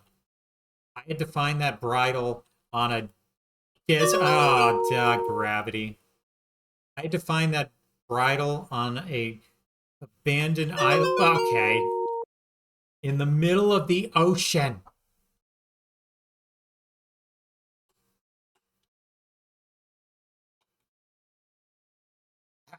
Nailed it. First try. All right, there is some house cleaning to do. Most importantly, if you want to get full points in the game anyway, you have to do this.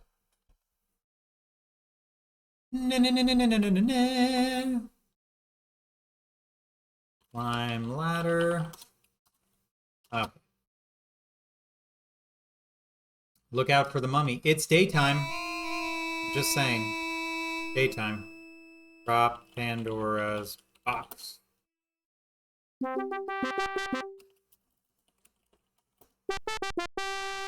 They're like, thank you so much for remembering to put that back. But also, close door. Lock door. You place the skeleton key in the lock of the crypt door. Click, it's locked. You kick the key through the crack under the door. Now, no one will ever accidentally release the evils of Pandora's box into the world. It will be on purpose. Tell time to mummy. Be like, yo, dude, it's fucking mad late. Now, don't worry, all you fatalists out there. I promise. Obsessive gonna give you what you want. But how do you know what I want, Obsessive? I know what you want. You want that bad ending, son. Now the unicorn's like, fuck you. Which I think is very funny. After everything. Seth's gonna give it what? Gonna give it to you. He's gonna give it to you, Seth's gonna give it to you. Gonna give it to you. First you're gonna rock, then you're gonna roll, then you're gonna stop, go, baby, go. Let's save right now. Actually, let's throw up an ad real quick just now, and then I'll be back in 3 minutes. I'm gonna take a piss. I'll be right back with the end of the game.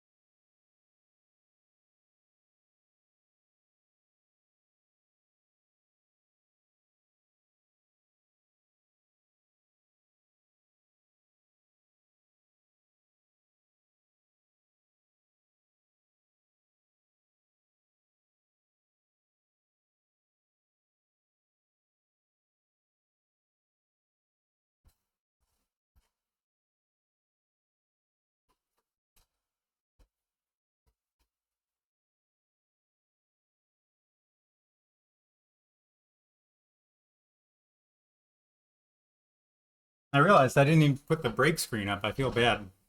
All my subs are sitting here just looking at a screen being like, the fuck, dude?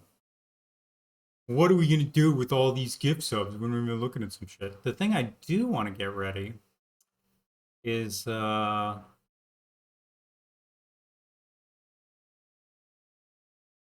is chugga chugga chugga chugga chugga chugga chugga chugga chugga.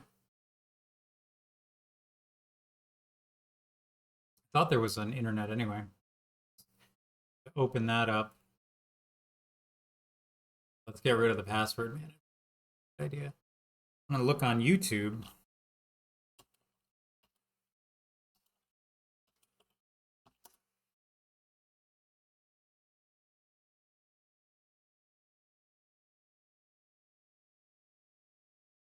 Because there's some endings that just require sitting in place for an amount. I don't want to do that. I don't want to do that. So we'll do the 2 endings that are most available, and then I'll look on YouTube and see if there's any other bad that we may have missed for funsies. So let's give it another 24 seconds until everyone's back. Maybe while they're doing that, I'll swim across and not get eaten by a shark. Maybe. Kind of funny if you get eaten by a shark, I'm just saying. Just saying, it would be funny. Oh well. All right. Well, we're here. Ugh, that swim was exhausting.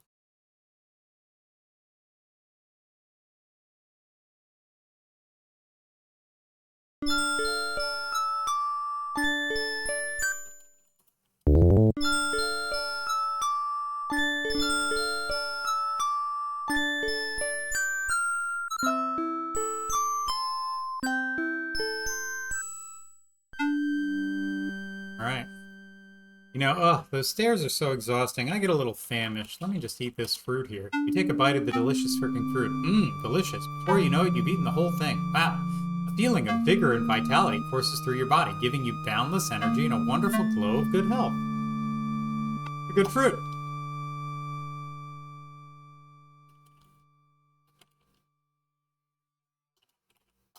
Nom nom nom, you give the magical talisman to the dying fairy. Almost instantly, the color returns to her cheeks and her green eyes begin to sparkle. She sits up in bed, stretches, and smiles at you. Ah. Wah wah wah wah. Huh.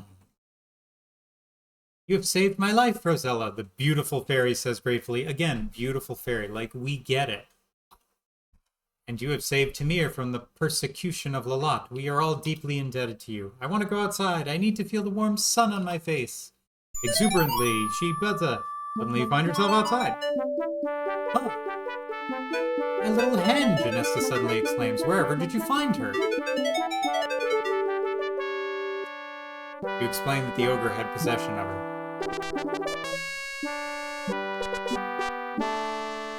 Poor thing, she says. Well, at least she's back home now. Yeah, the rich get richer, huh? Like she needed a hen that laid golden fucking eggs. Now for you, Rosella Genesis. You performed so heroically for all of us here in Tamir, but you forgot one thing. You forgot the magic fruit for your father. Wah wah.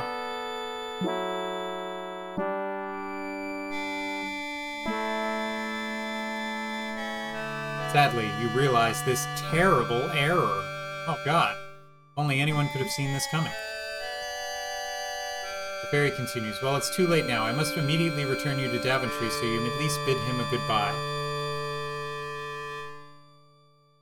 I like that they gave a bad ending in this game.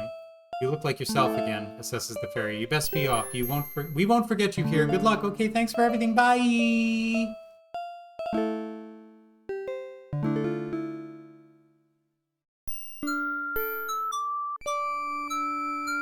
Rosella, where the fuck have you been?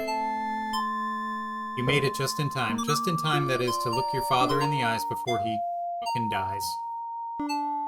Obviously, it would have been better if things had ended happily. If only you could have had another chance.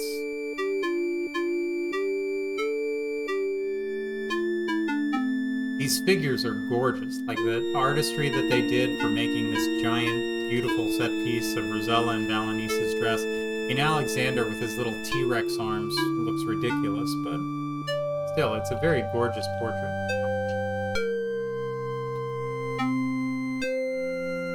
I'm gonna have fun doing something with that later. Anyway. Alright, maybe I don't eat the fruit. Give amulet to fairy.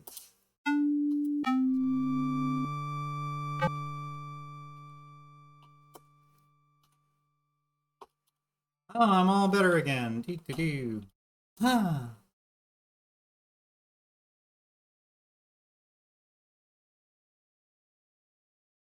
You've saved my life. And you've saved Tamir. I want to go outside. I want to feel the sun on my face. She waves her magic wand and then boof. Suddenly you find yourself outside. But you can teleport us to the fruit. Nope, no time. Okay, bye. You can't use magic to make this thing grow. Nope, once every 100 years. Sorry. Oh, well, bye.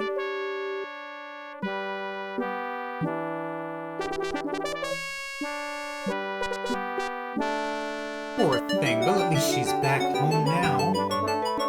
Alright, and here's where things sort of change to a better side. Now for you. It's my turn to help you out. I will return you to Daventry. With the magic food, you were able to save your father's life. We better hurry, though. He doesn't have much time left. Your magic can tell you that, huh? You couldn't teleport to a fucking tree in the swamp? Jesus. Selfish. Yes, you are anxious to get home again. But first, Janesta proclaims, let's replace these peasant clothes with your royal gown, says the beautiful fairy, that we have to say is beautiful. With a twinkle in her eye, Janesta announces, there is someone else deserving of a reward for his kindness and heroism. Father's still dying. Can we pick up the pace here? Ugh! You have a beautiful soul, Edgar, the fairy says to the ugly little man. Jesus! You should look like what you are. Ugh. Okay. This handsome hunk is Edgar? Okay. Rosella, he says, I love you. Will you marry me? You think about it. You think about it some more. Okay. I'll get into my Edgar rant in just 1 second. Sorry, Edgar. You're very sweet, but I must immediately return home. Good. A human being. Perhaps we'll meet again, you say. Well, Rosella, Janesta announces, it's time for you to go. Your father desperately needs you. Goodbye. We'll never forget you.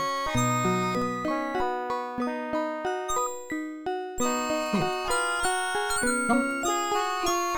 Gotta pick up the hat, because I earned it. You give the healing fruit to your dying father and strongly urge him to take a bite, which he weakly does. Shove it into his stupid throat.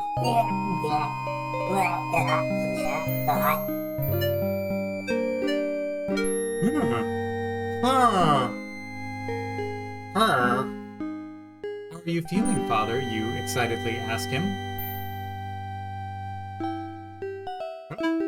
Never felt better in my life, is his reply. What's in this fruit anyway, he wonders. Hope you didn't have to go on a big adventure. It is magic, Father, and you tell your excited family of your adventure in Tamir. Nobody noticed I was gone. It's a reoccurring theme. I don't think you're through with this hat yet, you say. Your brother Alexander and your mother Queen Valenice readily agree. You've got too much life ahead of you. But only because you ate fruit. The produce, Daddy.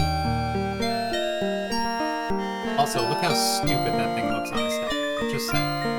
It looks dumb on his head. It's like a little too high. Is it? Just a little. But anyway, that's the game. Now, Dad, stop drinking the Dragon's Breath with Quest of Glory series. Your protagonist in the next game.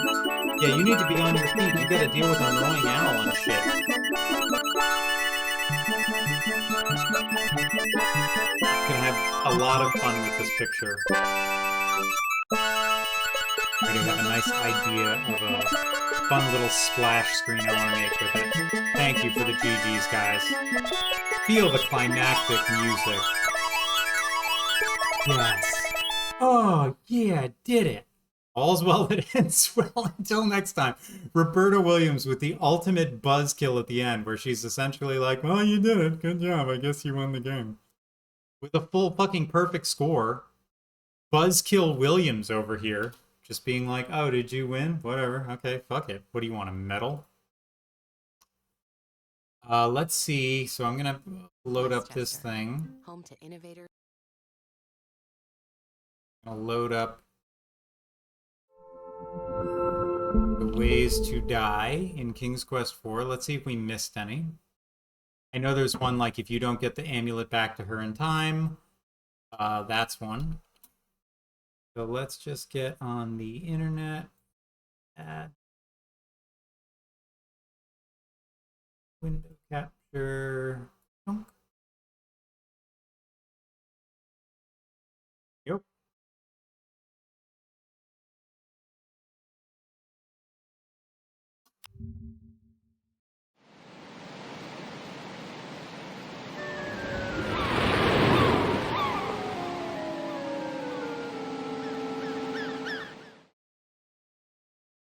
Falling, obviously a very popular one. I'll skip past the ones we've seen already. Don't.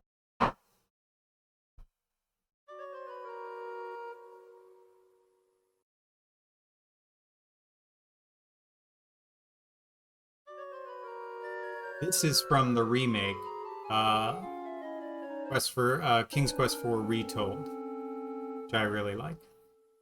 Let's falling, all of the falling. We should be more careful. That's a whole lot of falling. Falling. Getting grabbed by the tree. Getting torn limb from limb. Swim from the shark.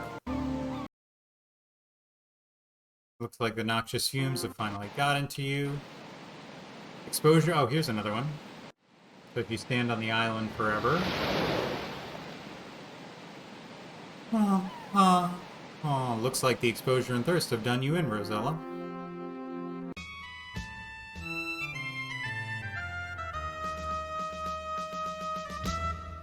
This remake is actually pretty good. It gets rid of some of the bugs, but it is point and click. Cautiously tap on it. Just a minute, I'm coming, allows one voice reveals. Ah! Looks like you'll join the deer in the soup pot. I didn't know you could knock on the door. That seems silly.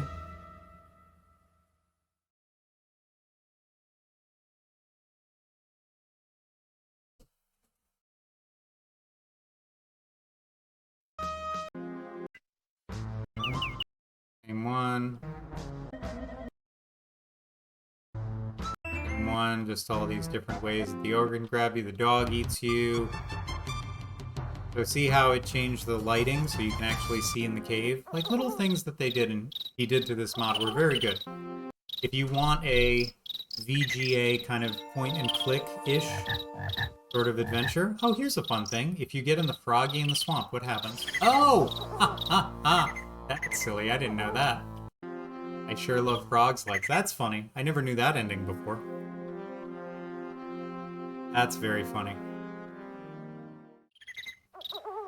Obviously the cobra eating you, yes. Putting you in the pot. Putting you in the pot. Pot. So this is what I was talking about. Okay, so if you don't have the honks, you try and get in the door, it jumps out from behind and kills you. That's another sort of thing that the game sneaks up.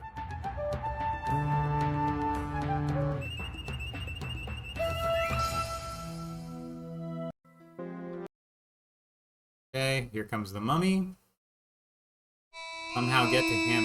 How did you get here without the scarab? You will be the next victim of the mummy.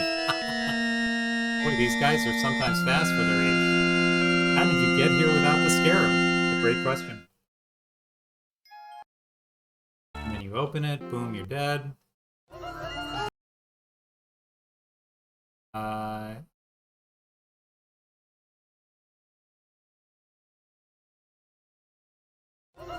Doctor, yeah.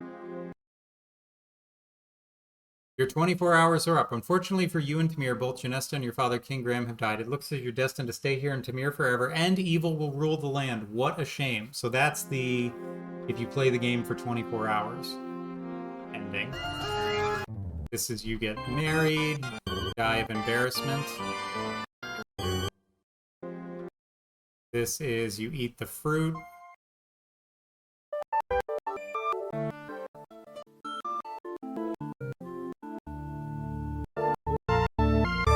So there you go. That's all the endings, but I wanted to show you the 24-hour one. Now, the next exciting thing is, what's the next game? What's the next game? Have to know. And the only way we're going to know is if we spin that wheel. We gotta spin the wheel, we gotta spin the wheel, we gotta spin the wheel and make a deal. Come on, let's go and spin the wheel. Let's fucking spin the wheel. Fucking spin the wheel. Fucking spin the wheel. Fucking spin the wheel. No more King's Quest because it's gonna get me even closer to 8.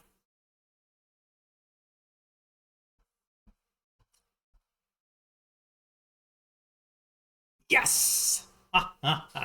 Finally, a Laura Bow game. Excellent. Okay.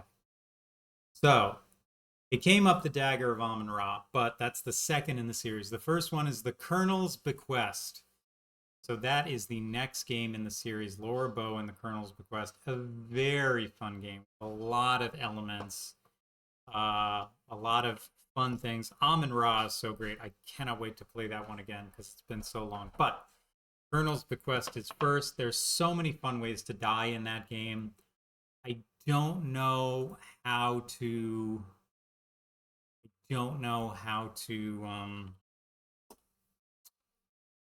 finish with like the ultimate detective rating. I don't remember how to do that, but it's a great game. We will very much enjoy it. Let's see who all is in the world that we can say hello to. Any retro people that are playing retro games that we can retro say hello to. Let's see.